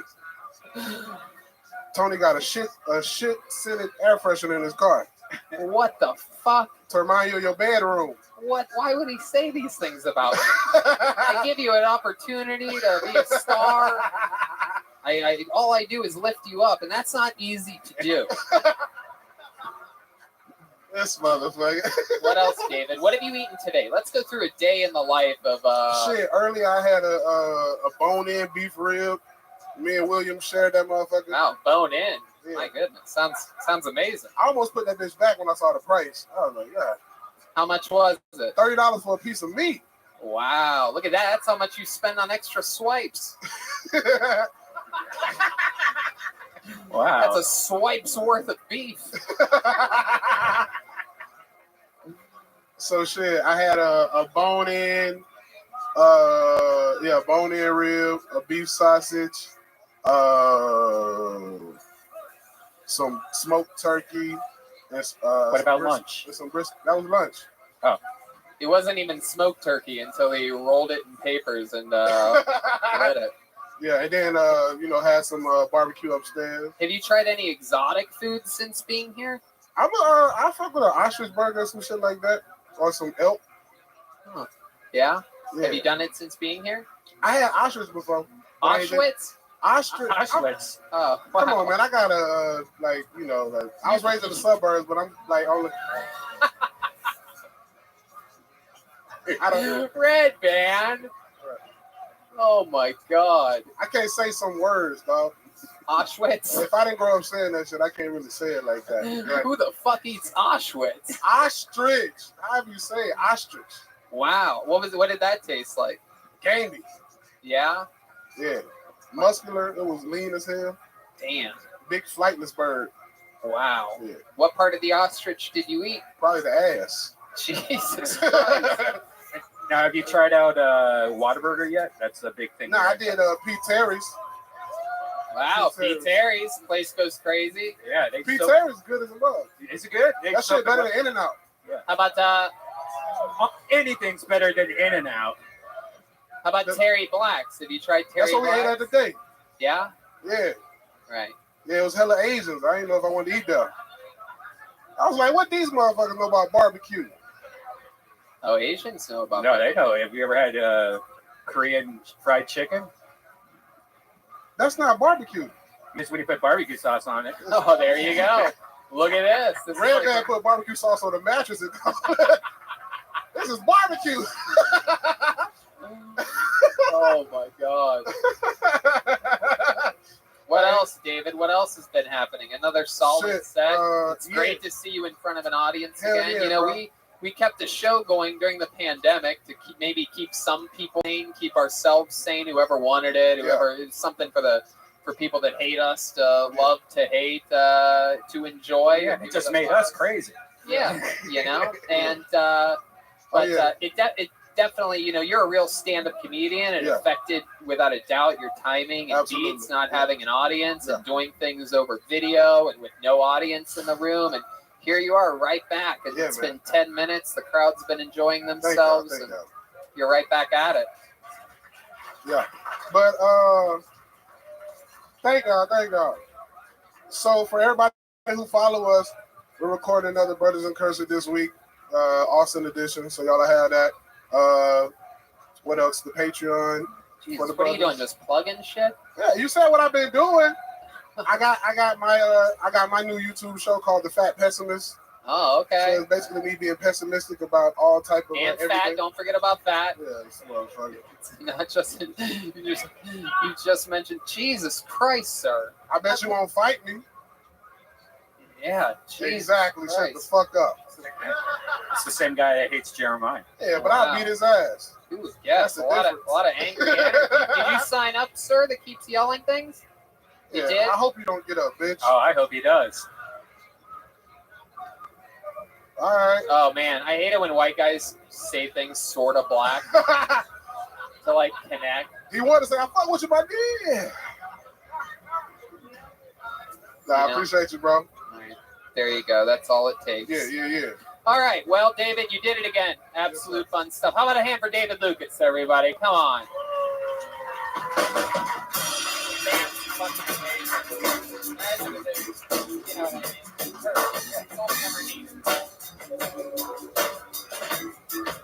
There's Zach Bogus. Let's get back to this bucket, shall we? All right. I'm positive it's this person's first time on the show. I would remember this name if I saw it before. Put your hands together for Nakia Marrero. Nacia, or Nakia Marrero. Oh, do we have a female? Is this a female? I do believe so. Yeah. Here she comes, everybody. She's going to go that way. Here it is, our first lady of the night. Nakia Marrero. Make some noise for Nakia, everybody.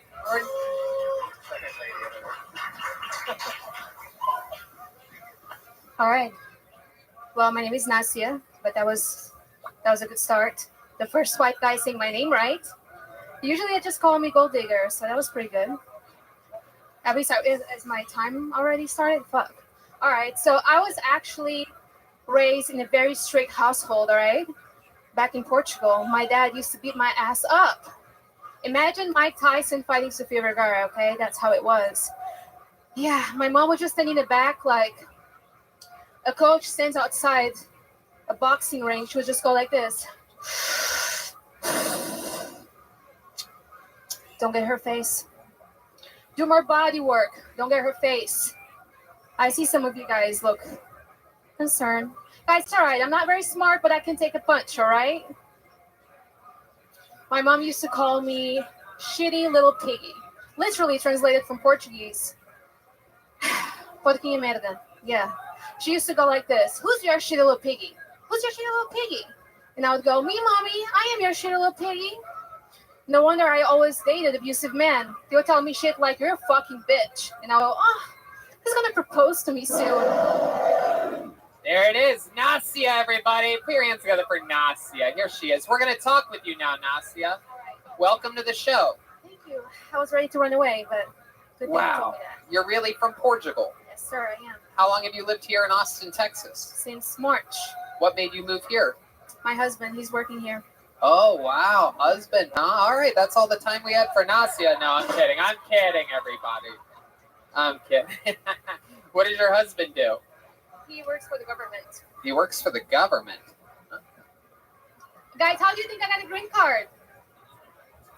Oh yeah, face the take a step back so the audience can see you, so you can square up to them. No, take the Hold the microphone with microphone. you. Take the microphone with you. I know you're used to just using your looks for everything, but you're gonna have to That's what's communicate. up. That's what's up. You're gonna have to communicate. How long have you been married for? I've been married since I'm 21. Since you're 21. Yeah. Are and you I'm 21 now? 27. Wow. So 6 years was I've the been answer to working the hard question. for that green card. That's incredible. You know. And you've only lived. Where was your husband at? Portugal with you? Is he- No, we met in Norway actually. Wow. Look at that. You found out he lives in America and you fell in love. I was like, fuck, I gotta work on that. Hell He was yeah. the only American in Norway, you know? And he's from Arkansas, so look at my look. Wow. Look at that. Incredible. What does he do for the government? I cannot tell. Wow. Sorry. My goodness. Very cool. That's some interesting stuff. What do you do? What department store do you spray perfume on people at? Macy's. Dude, I'm living, look at me. I'm living that Orange County life. You know what I mean? What is it? What do you do for work? I don't do shit. Really? I mean, I do comedy. I'm trying my best, you know? Yeah. How long But- have you been trying? I've been trying actually. I started when I was 21 in Norway, and then I had a break for 3 years. This is the first time in 3 years. Wow. Congratulations. Welcome back. Thank you. Does your husband tell you that you're funny? He has to. Yeah, he has to. Right.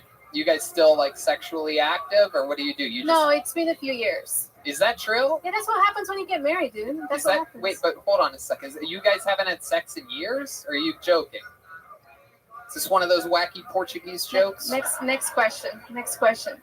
Next question. Wow. Well, that's fun. So when's the last time you did have a job? In Portugal? What'd you do? Like pick No, I apples was or a something? flight attendant. I was a flight attendant. before. You were a flight attendant? Yeah. Wow. What airline? I know it wasn't Virgin. Definitely not. What airline did you work for? At least I don't look like a virgin. What airline did you work for? Etihad. Etihad is in the Middle East in Abu Dhabi. Oh, okay. I know that one. I'm sure you do. Absolutely. They had a major air disaster. The Etihad air disaster. It's a 5-star airline, but yeah, sure. Yeah, absolutely. There's a lot of 5-star things. The Red Lobster in El Paso said 5 stars too. Sure. Interesting. Anything crazy ever happened to you when you were an airline attendant? A lot of crazy shit happened to me. Yeah, like what? Like, once we thought we had a terrorist on board, Wow. but then he just ended up calling me Brazilian, and I'm Portuguese, so that's quite a terroristic act. You hate Brazilians. Portuguese people hate Brazilians. No, we don't. Well, I mean, we speak the same language, but we're like the other side of the world, so it doesn't really make sense. You know what I mean? Sort of. I don't really pay attention to what languages speak because I'm an American, the greatest you don't- country in the world. Yeah. We just sit around talking for the best people from the other countries to move here. Yeah. If they have a chance. From the to. other shit countries, right? Yeah. Yeah, Yeah. absolutely. So that's fun. You have any special skills or talents? You seem like the kind of young lady that's into. Yeah, I'm taking your girlfriend for a glass of wine. Wait, what? I heard she's feeling quite alone here in Texas. So we're friends in common, and we were talking about taking her for a glass of wine. Hey, what? Wait, what? I'm so confused. Say that again. You don't have a girlfriend? Yeah, I do. Go ahead. Okay. She's not feeling alone here in Texas? No. No? Why would she feel alone? Because she's with you. Oh, it was a roast joke. Jesus. Sorry, this Woo! is The setup was What longer the than a flight fuck? from Portugal. My God. Jesus, Nasia. Have you ever thought about working with puppets, perhaps? Or, Jesus fucking Christ. Oh, my God. All right.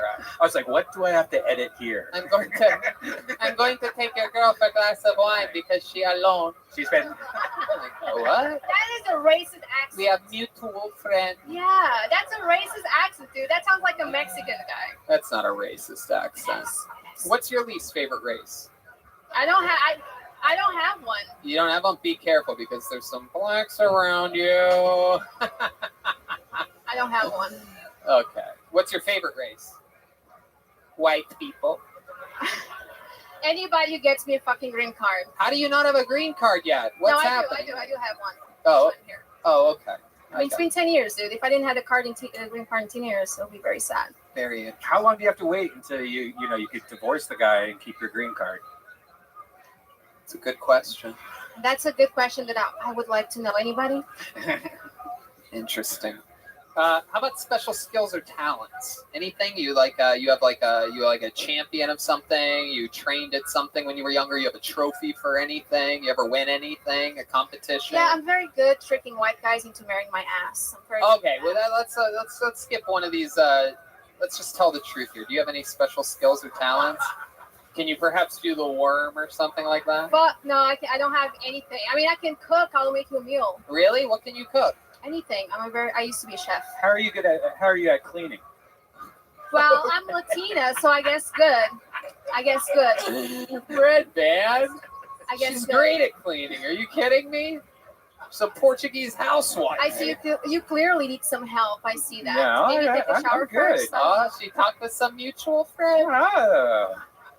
I love it. Well, Nastia, so this is your return to doing stand-up in 3 years, right? Yeah. Yes. You took 3 years off. You did it for what? 3 years before that? Yes, sir. Yeah. Awesome. You think you're going to do it again? Yeah, of course. Oh, perfect. Well, I'll tell you this. This is one of the funniest performances by a female comedian I've ever seen in my life. Yeah. And what's your OnlyFans? Oh, come on. Red Band. I'm sorry. Red Band. You guys want to all do it together? 1, 2, 3. Red Band. All right. Nasia Marrero, everybody. There she goes. Nasia. She's at Nasia_Marrero. Wow. I hear your girlfriend very alone. Yeah, that kind of freaked me out for a second. Yeah, I did too. I was like, uh-oh. Like, what is happening? Maybe she knows something I don't. I hate Brazilian women. They have the best butt. All right. You guys having fun out there? Anything can happen. These people, they try, they come from all around. Who knows? Make some noise for Chris Buchanan, everybody. Your next comedian here, live from Antone's nightclub. Almost said comedy club. There he comes. Here comes Chris Buchanan. Nice long strides, working his way to the stage. Here he is, Chris Buchanan, everybody. Come on, make some noise for Chris. Hello, everybody. What's up? I'm 21 years old. I was homeschooled, and I'm a single dad. Probably. I don't know. Maybe. Yeah. Not that. I am single though. My ex-girlfriend, she posted on her story about 9 months ago after the breakup, a picture of a trash can, and she titled it #MyEx. Hurtful, you know. But the problem is, then she kept on sleeping with me after the breakup, and I feel like at that point I'm no longer trash. You know, I'm compost. That's one step up. Yeah, she threw me in the yard, in the back pit, also opening up the hole once every 2 or 3 weeks to stir shit up again. You know? Yeah. You know, my favorite part about that is that by her calling me trash and sleeping with me, quasi calling herself a cum dumpster. Yeah. And I like that word because it still feels like I'm sinning when I say it. You know? Yeah. Thank you. Hell yeah. There he is, Chris Buchanan. Chris, I got here early today. I got here at, I think it was like 5:30.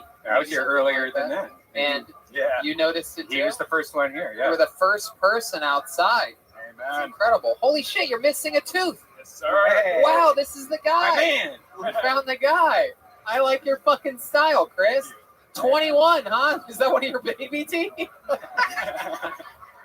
Tie it to a balloon. I love it. You know what the best part of that is that the whole time he's probably like, man, I hope they don't notice my tooth's missing. I'm just like, oh my God.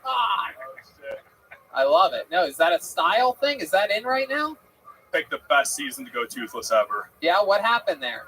Well, pulled it out 6 months ago, and Why'd you pull? You pulled it out yourself? You're not supposed to do that with adult teeth. No. Yeah. Well, you know, Tony, I put some floss around the doorknob, and you know what I mean. I was bored one day. Oh shit. Yeah. Wow. Yeah, the gold one just hasn't grown back in yet, so I don't know what's happening. Incredible. 21 years old, missing it too. This Wait, is the why most... did you pull it out then? You know. That's not Style. a thing. Yeah. Homeschooled. Oh, okay. You're a funny guy. I knocked over Ryan J. Eve out there. Wow, incredible. So you're not really going to tell us what happened to the tooth, huh? No, it's just like never. We have a better chance of finding out one of Nasia's special skills or talents. I'll just tell y'all, never go down on a woman who only does Kegel at the gym. Wow, Yeah. look at that. Well, Yeah. my goodness. Let me ask you this. When you go down on girls, do you ever use your hands? I just right through the tooth with them. Wow. Yeah. That might actually work. I could see how that might actually work. So you're 21 years old. Yes, sir. From Texas? I lived all over. How? How did you live all over? Well, my dad's a pilot, and that's why I was always like going around getting fired and getting new jobs and shit. Look at that. Yeah. How long have you been here? About 5 years. Oh, 5 okay. years. Yeah. My goodness. So you moved a lot when you were a kid. Yeah. 5 years all here in Austin, Texas? Yeah, Lago Vista, and now I live like 10 minutes north of here. What, Pflugerville? No, it's called Jollyville. Oh, I thought yeah. I thought Pflugerville because of the old. Yeah. You know what I mean? What? That's Georgetown. Yeah. Better not be talking shit about Pflugerville. Uh-oh, someone's representing his new hood over here. Every time I've gone to the Pflugerville skate park, somebody has offered me hard drugs. Really? Every time. Yeah. You go to skate parks a lot? Yeah. Oh my goodness. What are you, rollerblades? Yeah. That's my brother. So you're 21 years old. What are you into? You like twitching or anything like that? Yeah. Or what are the kids doing nowadays? We're old men now. Yeah, dude, it's just skate parks, open mics. That's kind of my thing, you know? Fuck yeah, dude. Fuck yeah, dude. 100%, bro. That's just like my fucking lifestyle, dude. So are you going to get your tooth fixed or? Eventually, yeah. Oh, eventually. I mean, that's something. You have to realize how compelling this is to us. We're from Los Angeles, where not having a tooth is like having sexual allegations against you. Like you don't go out, your career stops. Yeah. You know, but not you. You're just like the first guy to show up, just first in line. What's up? Let's do this shit. I've waited a long time to do an impression of a guy missing a tooth. So what do you think? What's the move here? Do you know? Do you have a dentist? Yeah, I do. It's just I actually did get surgery on it because it was like there's like a thing in my sinuses, and I just basically have to wait another several you've been months. partying a little bit too much, huh? What'd you do? Now that's a drip. Yeah.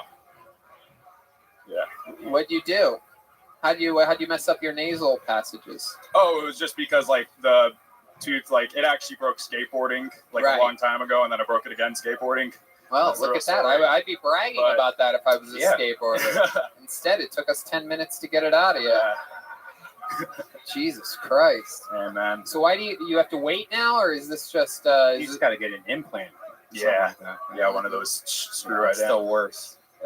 Yeah. Wow. What else about you? What else would we be interested to know? Fun fact about Chris Buchanan. Well, you did my show at Shakespeare's on this That past- was your show? Yeah. Oh, I had no idea. That's Oh, so shit. cool. Oh, I did meet you there. Yeah. Wow, I could swear you had all your teeth then. I'm pretty sure I had my mask on. Oh, that's what it was. Ah, He has a mask. That's why. He has a Didn't mask. Think It about has a smiling face with all the teeth. right. Yeah. Oh, man. It's true. That's incredible. God. Hell yeah. No, I mean, that makes sense. I've swung in through a few places here just trying to Oh, yeah. test out some doofy local jokes. Yeah. What's a good spot to go to? I mean, really, just anywhere that has a spot. You know what I mean? It's fun. I'm basically a fucking god here in Austin, Texas. So, you know what I mean? I could roll into a music open mic and be like, get off the stage, you losers, and then go up there and do dick jokes. But yeah, so it's fun. Yeah, I did your show. What else other than your show? I have my private pilot's license. Oh wow, that's fucking awesome. Yeah. That's incredible. How long have you had that for? About 2 years now. And I what do haven't you- been doing it recently. Why is that? I You're want missing a tooth. That's why. Yeah. No Too loud of a whistle when he's flying. No co-pilot wants to be like your controls. Yeah. All right. Wow. Yeah, Tony's trying to become a pilot right now. You've gotten a couple flights. Son of a bitch. Following Bill Burr. Yeah, it's true. It's true. Getting a couple flights in. You said you're a pilot? Yeah. What airline? Hey, there he is. Whoa, Oh. Jesus. But now, Caspian, say how you living, Big Dog? Yeah, I finished everything I have to do. Oh, okay, very well. Did you watch my podcast? I'm gonna do that now. Yeah, that's. I'm well, Caspian. Say I did that podcast. Did you hear it? Excellent. You could probably do it word for word. It's the same old shit. I mean, I'll admit to you, at this point, I do skip the head a little bit. Like, all right, let's see. I do have to to know, like, what's he going to be talking about. Absolutely. I will be like, all right, I know this bit, I know this bit, I know this bit, I know this bit, and, you know. Yeah. Sometimes I go, but then, like, when you actually start to get into conversation, that's always different. I think with each person. Yeah. So that layer is when, you know, which I actually think he had a cool way, you know what I mean? He let you kind of have your spiel, give you an Right. introduction, and then kind of have a conversation with very good. I like that I never know what they're gonna ask me about, and I have recognized. Do you know that fish tank server? They had something called the hot seat. Do you remember them talking about that? Yeah, I'm never doing that. Trying to ask you to do it this Friday, and you telling them that you want to hear yourself a little bit more. No, well, I wanted to see what one was like. I'm not doing that. So here's why. Have you ever heard this question? Do you still beat your wife? Oh, that's one of those questions that You can't win. And I feel it's a disingenuous question. I mean, as anyone knows, like, that's an unfair question. And I don't want to get caught in one of those gotcha moments where they're like, hey, do you still beat your wife? Well, no. Oh, okay, so you used to beat your wife. No, it's not that. And they're like, oh, okay. And then they're laughing. And if anything, I want it to be. But it's going to be stupid because it's like, let's ask the first question. Have you ever even had a wife? So they're not even asking the preliminary questions. Exactly. They're skipping ahead so they can get a gotcha moment. Exactly. Right. That's not what I want. I've avoided gotcha moments for 3.5 years on this bad boy to the best of my ability. I will take, I'll do interviews with people, but not disingenuous ones where they're just I know they're going into it with negative perception. And I mean, like, I didn't watch that whole thing that they sent that was the hot seat. It was like 3.5 hours. But I did watch and I saw how they treated people. And, like, the answers that they're giving are like, what do you want to be known for? And guys are like, oh, it's for starting the Fourth Reich. And they're like, oh, yeah. Like, that's not the kind of, like, discussion that I want to have with people. No. I understand. But the guy, Connor, or the guy who interviewed me, I didn't know anything about him. But, he seemed nicer, or I don't want to say nicer, but like I didn't have to worry. All the people with whom I've been interviewed, there was one podcast that was kind of an open format like that with I think I did it with like 4 or 5 people at once. And it's just harder to have people take you seriously when you have other people talking over. Like I was listening to the hot seat just because I was open to it, but it wasn't exactly kind of what I thought it would be. Actually, it was worse. I thought it would just be one person asking gotcha questions, but it was 6 different people at once. And this one girl was like talking about like a very serious subject, how she was born intersex or something like that. Like she was talking about it, and then all of a sudden, they just while she's trying to tell like a story about her upbringing or something like that, then they're just like, all right, real talk. What kind of animal would you have sex with if you had to have sex with an animal? Like I don't want to be in the middle of talking about, mind uploading technology. Yeah.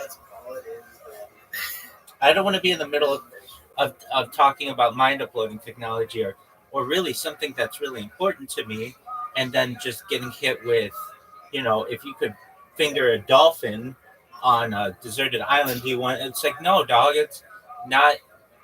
That you're just not even caring about my answers. You're just caring about either making fun of me or something like that. But the difference between an interview and they're trying to turn you into a locale. Yeah, exactly. Walking into a situation where they're going to try to turn you into a locale is you're already savvy. You already see it. You already know. It's everywhere anyway. So. Right. Exactly. Now I did an interview. I didn't realize at the time like they were going to be interviewing me or something, but it was with the American Idiots podcast, which they turned out to be really nice. But it was that open format where they could all ask me whatever they wanted, and fortunately, they didn't ask me any disingenuous questions. But there are even like sound bites that you could get that I want to somewhat avoid if it's going to be in that kind of situation where they'd be like, "Hey, if you could have sex with any animal, what would you have sex with?" And I'm thinking about it. I'm like, okay, well, I'd have sex with a dolphin. And then all of a sudden, like, oh, you're into bestiality? Ew, you're so weird. And then they've got a soundbite of me saying I want to have sex with a dolphin when I'm just answering like a hypothetical question of theirs, but perhaps they can cut off the end or the beginning and manipulate it in any way that they want. And so I got asked to do that hot seat like by 3 or 4 different people, even in like direct messages and stuff. And that tells me that they're like sharks. Like they are looking for blood in the water. And because it's like, today's the first full day that I've been in there. And when they're all like, hey, we want to see you on there and at like 10 p.m. Eastern time or something on whatever on Friday is when they told me the time would be. And so I'm thinking, okay, so that's 7 p.m. And do I really think that they're going to, at like on a Friday evening, be up for a real discussion of some of the topics that I want to have? No, they're looking for Friday night laughville or prodding of me. And especially when I saw how long it goes for, I was like, oh, that doesn't seem like an environment. It's a no-win environment where even if I'm in there, I mean, I guess like it's possible for me to win over them all, but chances are they're just going to be asking me questions that, I mean, lines of, do you still beat your wife, or unfair questions or loaded questions or something like that. And I'm just going to avoid that situation. But, and I see how they're treating me in there. It's not that they've banned me or anything. And I know I'm taking advantage of the situation by having so many accounts, but they're already like putting me in a there's like one of the VCs, like I'll be in a bunch of VCs and they'll put my accounts in just the Jewish VC. And it's way at the bottom, and it's like, okay, it takes me a long time to get all these accounts and devices in the right VCs, and then for these guys to just like, oh, okay, well, let's just move them around wherever we want. Yeah, I don't want that. If you guys want a fish tank, I'll give you a fish tank. Yeah, so, but I did do what I felt was had an honest discussion with Connor, and I didn't know what it was going to be like. He told me this was like I think I mentioned it. He messaged me like at midnight a couple nights ago and was like, "Hey, are you available?" I'm like, "Yeah, let's do the podcast." But he ended up coming in here at like 2 a.m. and I was already asleep, and so I was like, "Okay, well, if you message me saying like, are you ready to do this now?" Yeah, I'm ready to do it now, not 2 hours from now. If he would have told me, I would have done my best to stay awake, but nevertheless, I just didn't do it then. But he came in today and it was like, "Hey, here's a time to do it. Let's roll." And his questions were good. He told me I didn't know any of the questions going into it, which I don't think there's a single interview that I've done where I've known the questions beforehand. But the only thing that I asked him at the beginning, I said to him, "I have a pretty long introduction, so if you don't mind, just let me say everything that I have, and then I can build off that." And he was fine with that. But yeah, I mean, it's interesting to me, like what he considers a controversial subject, like aliens, to me is like a regular subject to me. Like I'm comfortable in that subject. But even just like the topic is still controversial, and I understand that. But he allowed me to, tell like the timeline that I have of what I feel alien interference has been on Earth, and then just allowed me to talk about my project, which is really all I would ask those people on the hot seat to do. But I recognize that they would say they're just gonna they're gonna come after me. And you have your agenda when you go into the interviews, and that's an interview that has its own agenda entirely. Right. And they don't seem to have a cooperation, integration. Exactly. And Eyes compatibility. right. And like even there's another aspect to it too. If they had hundreds of thousands of viewers, okay, I'll do it. But they don't. They had 19 views on that thing. So it's like, all right, so even this isn't being taken that seriously, at least by other people watching it there, after the fact. And like when I've had my own podcast, there like I think I had 15 episodes or something, and I would ask people the same questions every single time, and I made sure that there were no gotcha moments. So I would provide people with the list of questions that I asked beforehand, and it was like exactly they can choose to answer the questions, they can choose to skip, do whatever they want. But I just saw how that one was going, and it's like they didn't even care about what some of these people were saying, and they just wanted to make fun of them, basically. Yes, they want to make you into a target. And so it was what I thought it was going to be. I'm glad I didn't say, "Oh yeah, I'll do it," just like any other podcast. I recognize that, hey, I better be careful on this one. And there's another aspect to it too, where it didn't seem like it would be a conversation. It just was like a quick fire, questions. And in many ways, especially with some questions, I want to think about it, or I don't necessarily need hours to think about it, but sometimes I want to be sure of what I want to say. So, and if you're just with the more people with whom you have it in a conversation, the more difficult it is to have, I feel, a fulfilling discussion.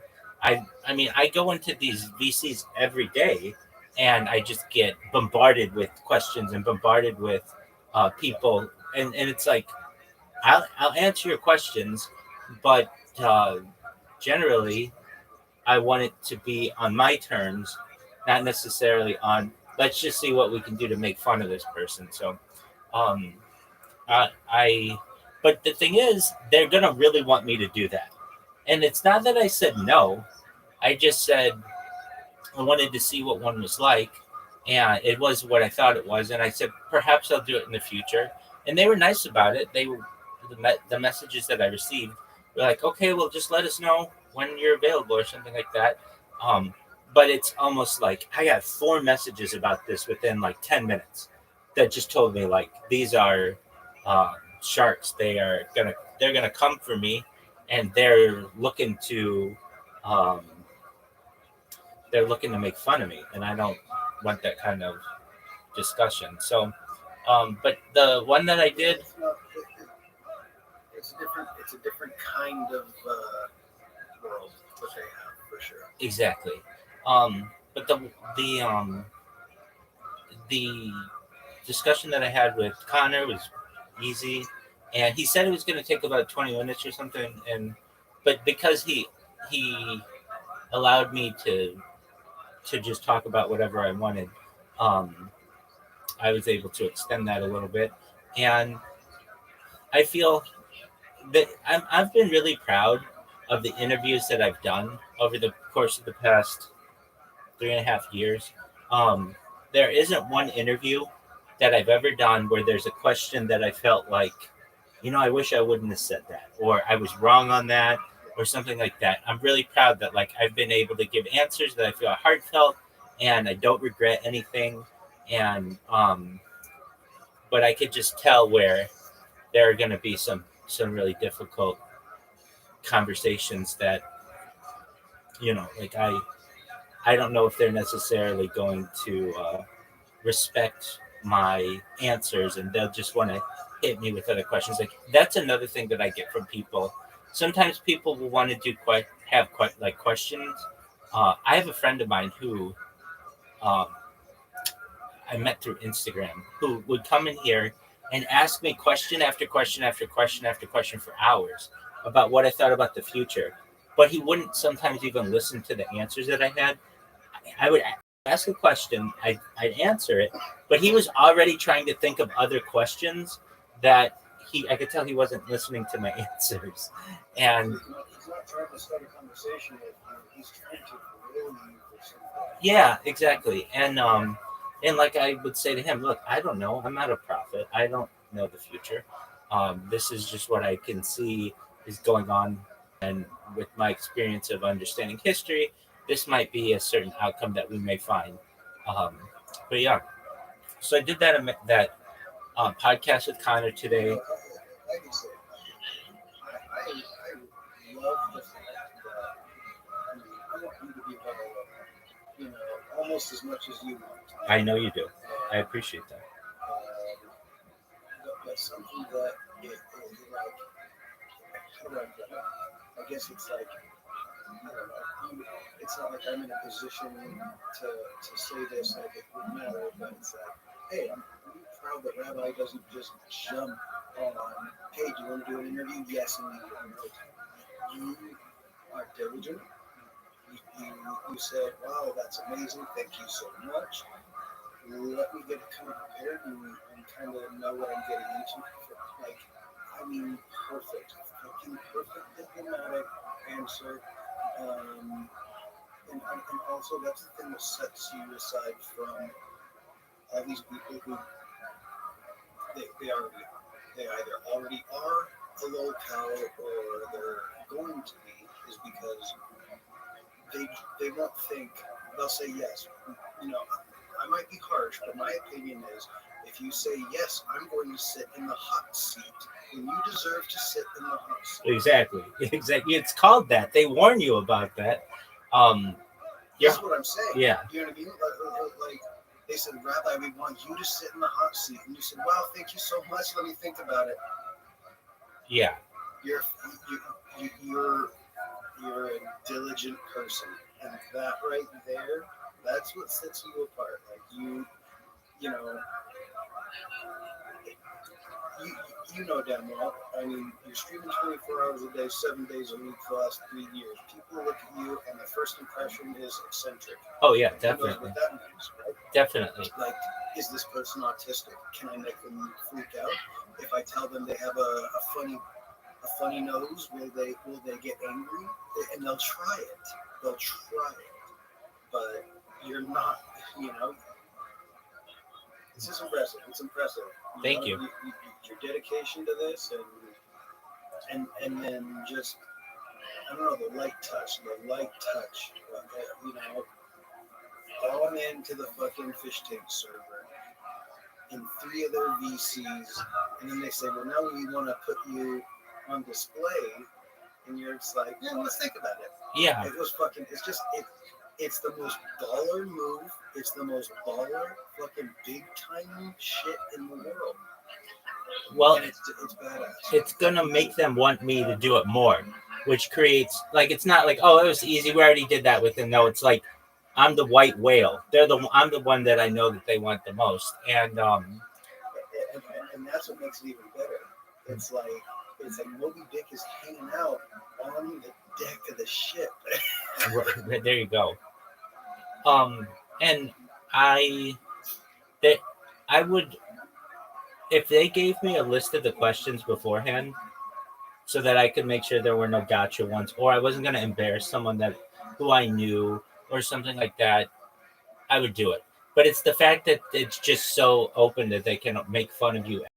People can pop in and interrupt. I did not like that. I don't like that format. I don't think it's very beneficial for people because it doesn't give people a long format podcast. There's a reason why Joe Rogan's podcast style has been emulated by so many other creators, because it gives someone, whether it's Elon Musk or it's some random lunch lady, the ability to convey their thoughts in a concise but yet still elongated fashion. And the one that I saw today was like, oh, these are the kind of interviews that I'd like to avoid. And the reason is, I'm not against answering all kinds of strange subjects, but I at least want to be prepared, because they may ask me a question that either doesn't have a good answer. There's no win with, do you still beat your wife? Or they're asking me because they're trying to perhaps make me upset. Perhaps they're going to ask me a question and I don't know the answer to it. And that can happen too. But I don't want to look foolish or something, or maybe misunderstand them. So if they gave me a list of questions in a format like that, you want to do rapid fire, sure. But they're not going to want to do that. They're going to want all their loser friends to be in there and make fun of me. And I just don't think that that's right. So I am streaming in there. Well, one thing that they keep doing is moving me around, and that's fine. I have robots that just get me back in whenever I need them to. So I'm already one step ahead of them. If they think it's fun to kick me out of chats, that's cool. My robots will bring me back in, and you are literally in a no-win situation. It's a robot. It's not going to fucking lose. It's this isn't my first rodeo. So, we've got that. My bots are spamming people. What's interesting is somebody came in here from Twitch, but it's not from my bots. They just randomly saw my Twitch that I was streaming on Twitch, and they came in here, and they've been in here a few times today, and they've been really nice. So we've got that, which has been positive. And I told the guy who invited me to that fish tank server that, hey, can you please ask people that when I'm streaming in a given space, don't move me around, because it takes me a long time to go and reset all the devices. And also it's not, nobody wants that. And I was literally actually watching, listening to one of the interviews they were doing with someone, and they were moving me around, and it was like, hey, I'm trying to actually listen here. There was a guy, oh, you weren't here for it. Okay, there's a guy named H2 who came in here, and it kind of went all according to my plan. Originally, I didn't have that many devices, or maybe I had like a couple, or I don't know, two different accounts in that fish tank one. But then I expanded it to be like 4 or 5, and immediately this guy comes in here, and I'm like, "Hey, how you doing?" He's like, "Well," I'm like, "How'd you find out about me?" "Oh, the fish tank." And so I was able to talk with him, and he was very, very cool, and he was all about what I was saying. He was all like, there are some people who understand what I am saying, on board for it, and this guy was definitely on board for it. And he and I talked for like an hour in here, and so I do know that there are people in that fish tank server who are really kind and nice and great people, and I want to ally with those people. So I know that it's beneficial for me to be in there, but some of these questions that they were asking these people, I just feel mean. Like, I mean, they're not questions that I feel are they're not asking them with honest intent, and I don't want to necessarily put my be vulnerable to some kind of question that is going to perhaps give an answer of which I'm not proud. And so yeah, I avoided the hot seat, and I'll continue to avoid the hot seat. But that also makes me a hotter commodity. That hey, we want this person to answer all these questions, but they're not necessarily going to. Now, I do see that they do interviews where they do provide written questions to the person. So I do know they do that, but they just don't always do that. They have like basically 2 formats: the gotcha questions in the hot seat, and then they have like a real interview style where they don't just let anybody come in and ask questions. And so I would be open to doing the one that's like with just a one-on-one, but when it's 6-on-1, you just kind of get ganged up on, and nobody wants that. Yeah, it's not. No, I get it. It's definitely not conducive to. It's not going to be fun. It wouldn't be fun, and it wouldn't. Yeah, I'm going to agree with you. Excellent. But yeah, we had this guy in here. He was really nice. And then what else have we done? Oh, that's about it. I've just had these bots going and just continuing to annoy the shit out of people. I keep saying it, but enough prodding and somebody's gonna come in here saying, "What in the fuck are you doing?" I mean, they've already done it a few times, but so yeah, we've got that. We are continuing our marathon of Kill Tony. I've watched every one that he's done at the Mothership in Austin and Vulcan Gas Company, and now I'm watching the ones at a place called Antone's or something like that. The thing that's interesting about this one, did you ever see why Tony Hinchcliffe got canceled, quote unquote? Not because of the Puerto Rico thing, but he was canceled once previously. Okay, so a little background on that.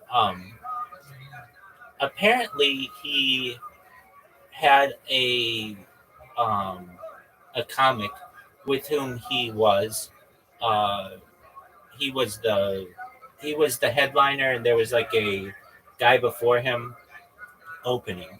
This guy's name was like Peng Dang or something like that. Someone from China. And normally at these shows, they lock up your phones. But Peng Dang, because he was a performer, he wanted to record his set. And this happened in like May of 2023 or something. And May is Asian American Heritage Month, which was kind of definitely the wrong month for him to be saying what he did. So anyway, Peng does his stand up, and then like it's like, all right, now for your next performers, Tony Hinchcliffe. And Tony comes up and uses the C word, which is like an offensive word for people of Asian descent. And exactly. And they lit him up. basically that, like there was this huge roar. And so he gets canceled, quote unquote, from, he wasn't even big enough to get canceled, but he was originally, when they moved to Austin, they were doing this show at this club called Antone's until the Comedy Mothership was built, and they kicked him out of Antone. So it's kind of all this build up for that I'm watching, and then so we're just gonna continue that, and you keep doing what you're doing. But I did want to. Yeah, and it's recorded. I mean, you can Google it and find it. And do I think it's right? No, I find stereotypical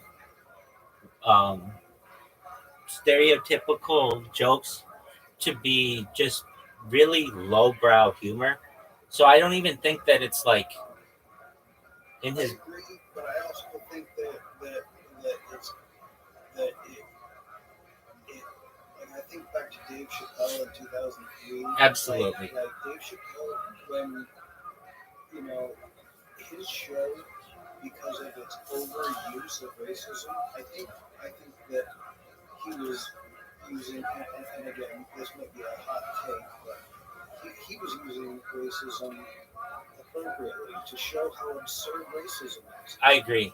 And he was shining a light on the absurdity of these words hurting people in the first place. Agreed. But getting the last two third season, Exactly. he cut the fuck out because it got to a point where he didn't know if he was.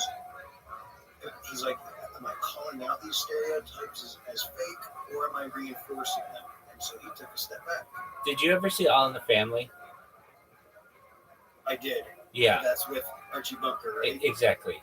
And they would use these like a stereotypical bigot and show how small-minded that kind of thinking was.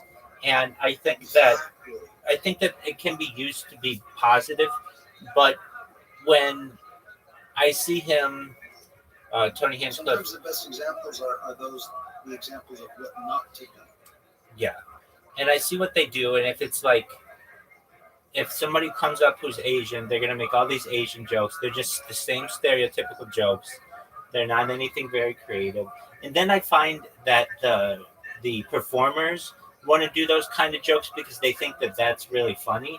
And it's just not. The people who do the best, in my opinion, are the people who find commonalities that they think are funny amongst other people, but that aren't just like low-hanging fruit. What's up, Frosty? How are you, big dog? Hey, Rabbi. Yes, sir. You need my, Do I need? Oh, I have not read it yet. Did you watch my podcast? Yeah, I did. I did watch some of it. Oh, some of it. Some of it, not the whole thing. It wasn't interesting enough for you. Yeah, it was interesting. Yeah. Excellent. But who was that you were talking to? You know, I just a guy I met, I think in the server. Yeah. So, yeah, you guys were talking about it. I just want to put in, I only told you about like the whole internet awareness thing. I think you should maybe get some new angles and shit, and like just for the purpose of promotion. What angles should I get, right, Frosty? Like tell them that, I don't know, get broader with the whole thing. Start like, I don't know. Maybe you could get people from the internet to, I don't know what exactly internet awareness involves, but it could mean lots of things. It could mean what you're doing right now, but as a side thing, possibly, if you could, that would get you more people. But apart from that, I have no clue. But, yeah. Okay. All right. Well, I'm going to read your article right now. So just hang tight and I'll tell you what I think of it. In fact, I'm going to I have it Hey, stop open. there. Well, what's up? Are you there? Yeah, he's there, but I don't think he heard you. Yeah, cat. Yeah. But I'm just chilling. I'm good. I wake up and do my stuff, and then I'm done for the day. Basically. Did your cigarettes come? Yeah, they did in the morning, but I don't know. It's taking up. It costs a lot to like buy all the time. So I'm thinking about like buying a new quit again. The one, you know, the thing is, you give advance notice to like yourself when you wanna quit, or even if you get too much, like many people telling you the job you quit, it's not such a great thing. It's like, you know, The hard thing is if you tell people that you're going to quit, and then now psychologically you owe it to them to show them your progress. You know what I mean? Yeah. It's almost like you're giving. It's like you're when you tell somebody that you're gonna quit or start something. It's the same thing as asking them, like even though it's kind of like saying, "Hey, hold me accountable." Right. You know what I mean? Right. It's kind of like asking, and so I have my own way of quitting anything. I don't quit anything. I just don't do it anymore. And it's just like another stupid little trick I do. Like I used to smoke 2 packs of cigarettes a day because I make money and they were cheaper than all the cigarettes. Yeah. Still up. And I have a pack of cigarettes here in the house. I don't smoke every day. And I had a cigarette the other day for the first time in like 6 months. I had a pack of cigarettes. I bought this pack of cigarettes. I just killed it. Yeah. So over 6 months. Well, no, about 6 months now with this pack of cigarettes. And I'm halfway through it. But you can do a lot if you're living alone. It's quite easy to not. That's not actively. Yeah. Do you smoke inside? I do smoke inside. And I have that. The first step is one of the hardest things is if you're smoking inside the house. If you first set the boundary, like I can't smoke in the house, I can only smoke outside of the house. And then, you know what I mean? Yeah. Make it easier than just. I have no need actually, but it's only the problem of, you know, like sometimes it's a thing because if I quit then I have no other choice. So I don't make alcohol anymore. So I quit that completely without ever drinking again. And I don't smoke weed. That's about it. If you, the thing is like if you need the time to quit cigarettes, it's most likely that you have to quit a bunch of stuff that you need to quit. So I'm not going to addict or anything. I can very easily just manage myself just smoking cigarettes without doing anything. It's fine.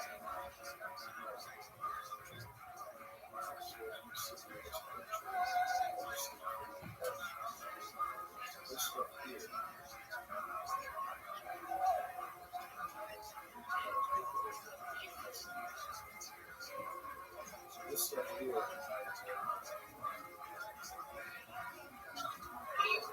This is like a snot that we put around to the couch. So I still do nicotine every day. I don't smoke cigarettes. 7 and yeah, that's not right. That's not playing, yeah. Yeah, that's pretty good. It's a pretty good one. Especially because it goes underneath your lip. So that's up against your gums. and it tastes like cherry, and then you just spit it out later on. And so, but you still get the nicotine. Personally, now, I think nicotine is good for you. I think it's medicine. I'm never going to get nicotine. The smoke and the tar, the other chemicals in cigarettes, that's what I use.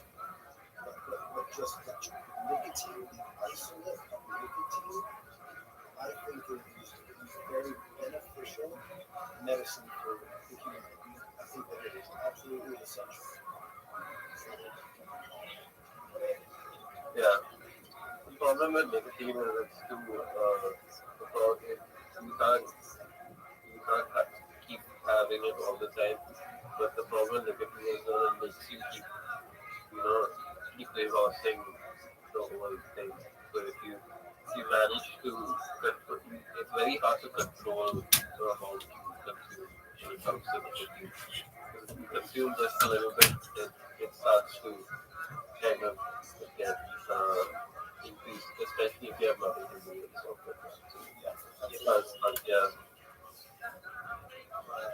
Sunflower seeds and pistachios. That's another good one because it keeps your hands busy. You know what I mean?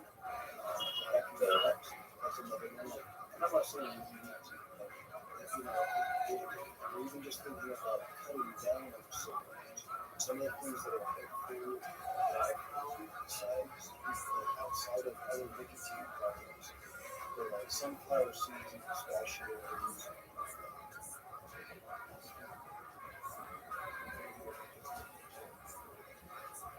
Yeah.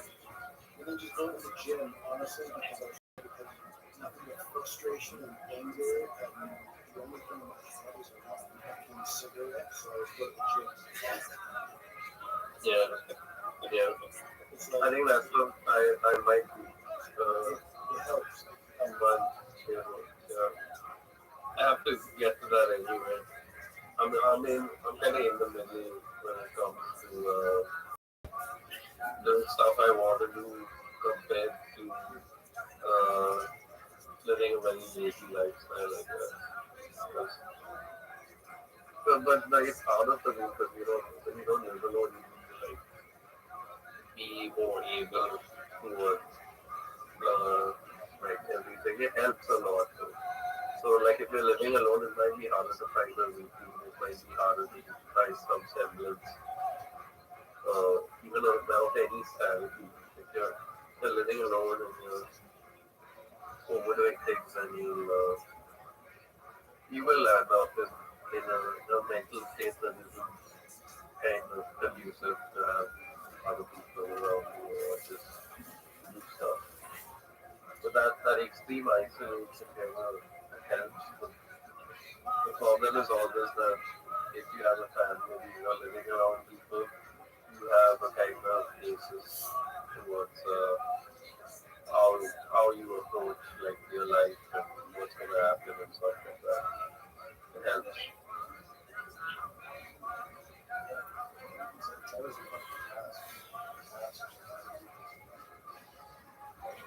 I don't know. I think that if you had really truly achieved all of their dreams, and not achieving it on that, you know what I mean? I think that a lot of humanity is always take off at least one level.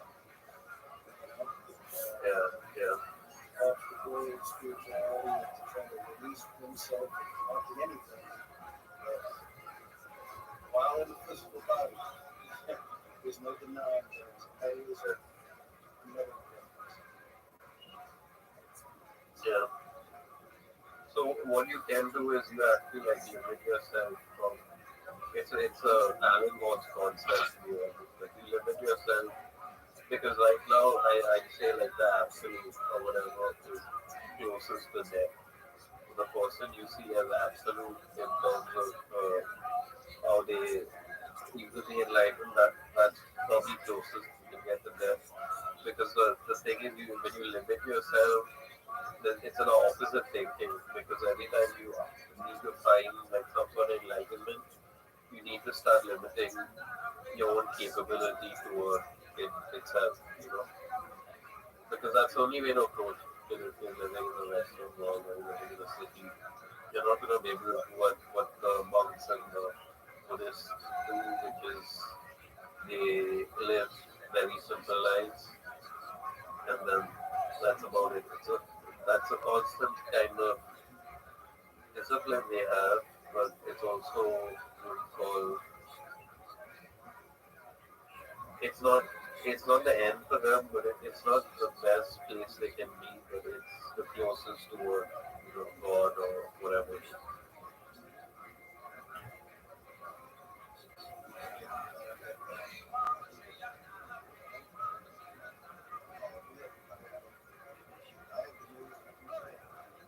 Western influence is spreading everywhere. Yeah. Even if it's not places that are not westernized, it's still influence. Yeah. No, I've been speaking English my whole life, so I have not. I start off with speaking English. And it's my first language. I'm terrible at Hindi, and that's of course about it. Like I no one I know, even like most people. I mean, yeah, it's very English is very well known. Like you can go anywhere, you don't have to speak Hindi anywhere. It's a common misconception that English people are. It's not like any Asian place or anything where they only speak their local language. It's not like that much here. Yeah. Yeah.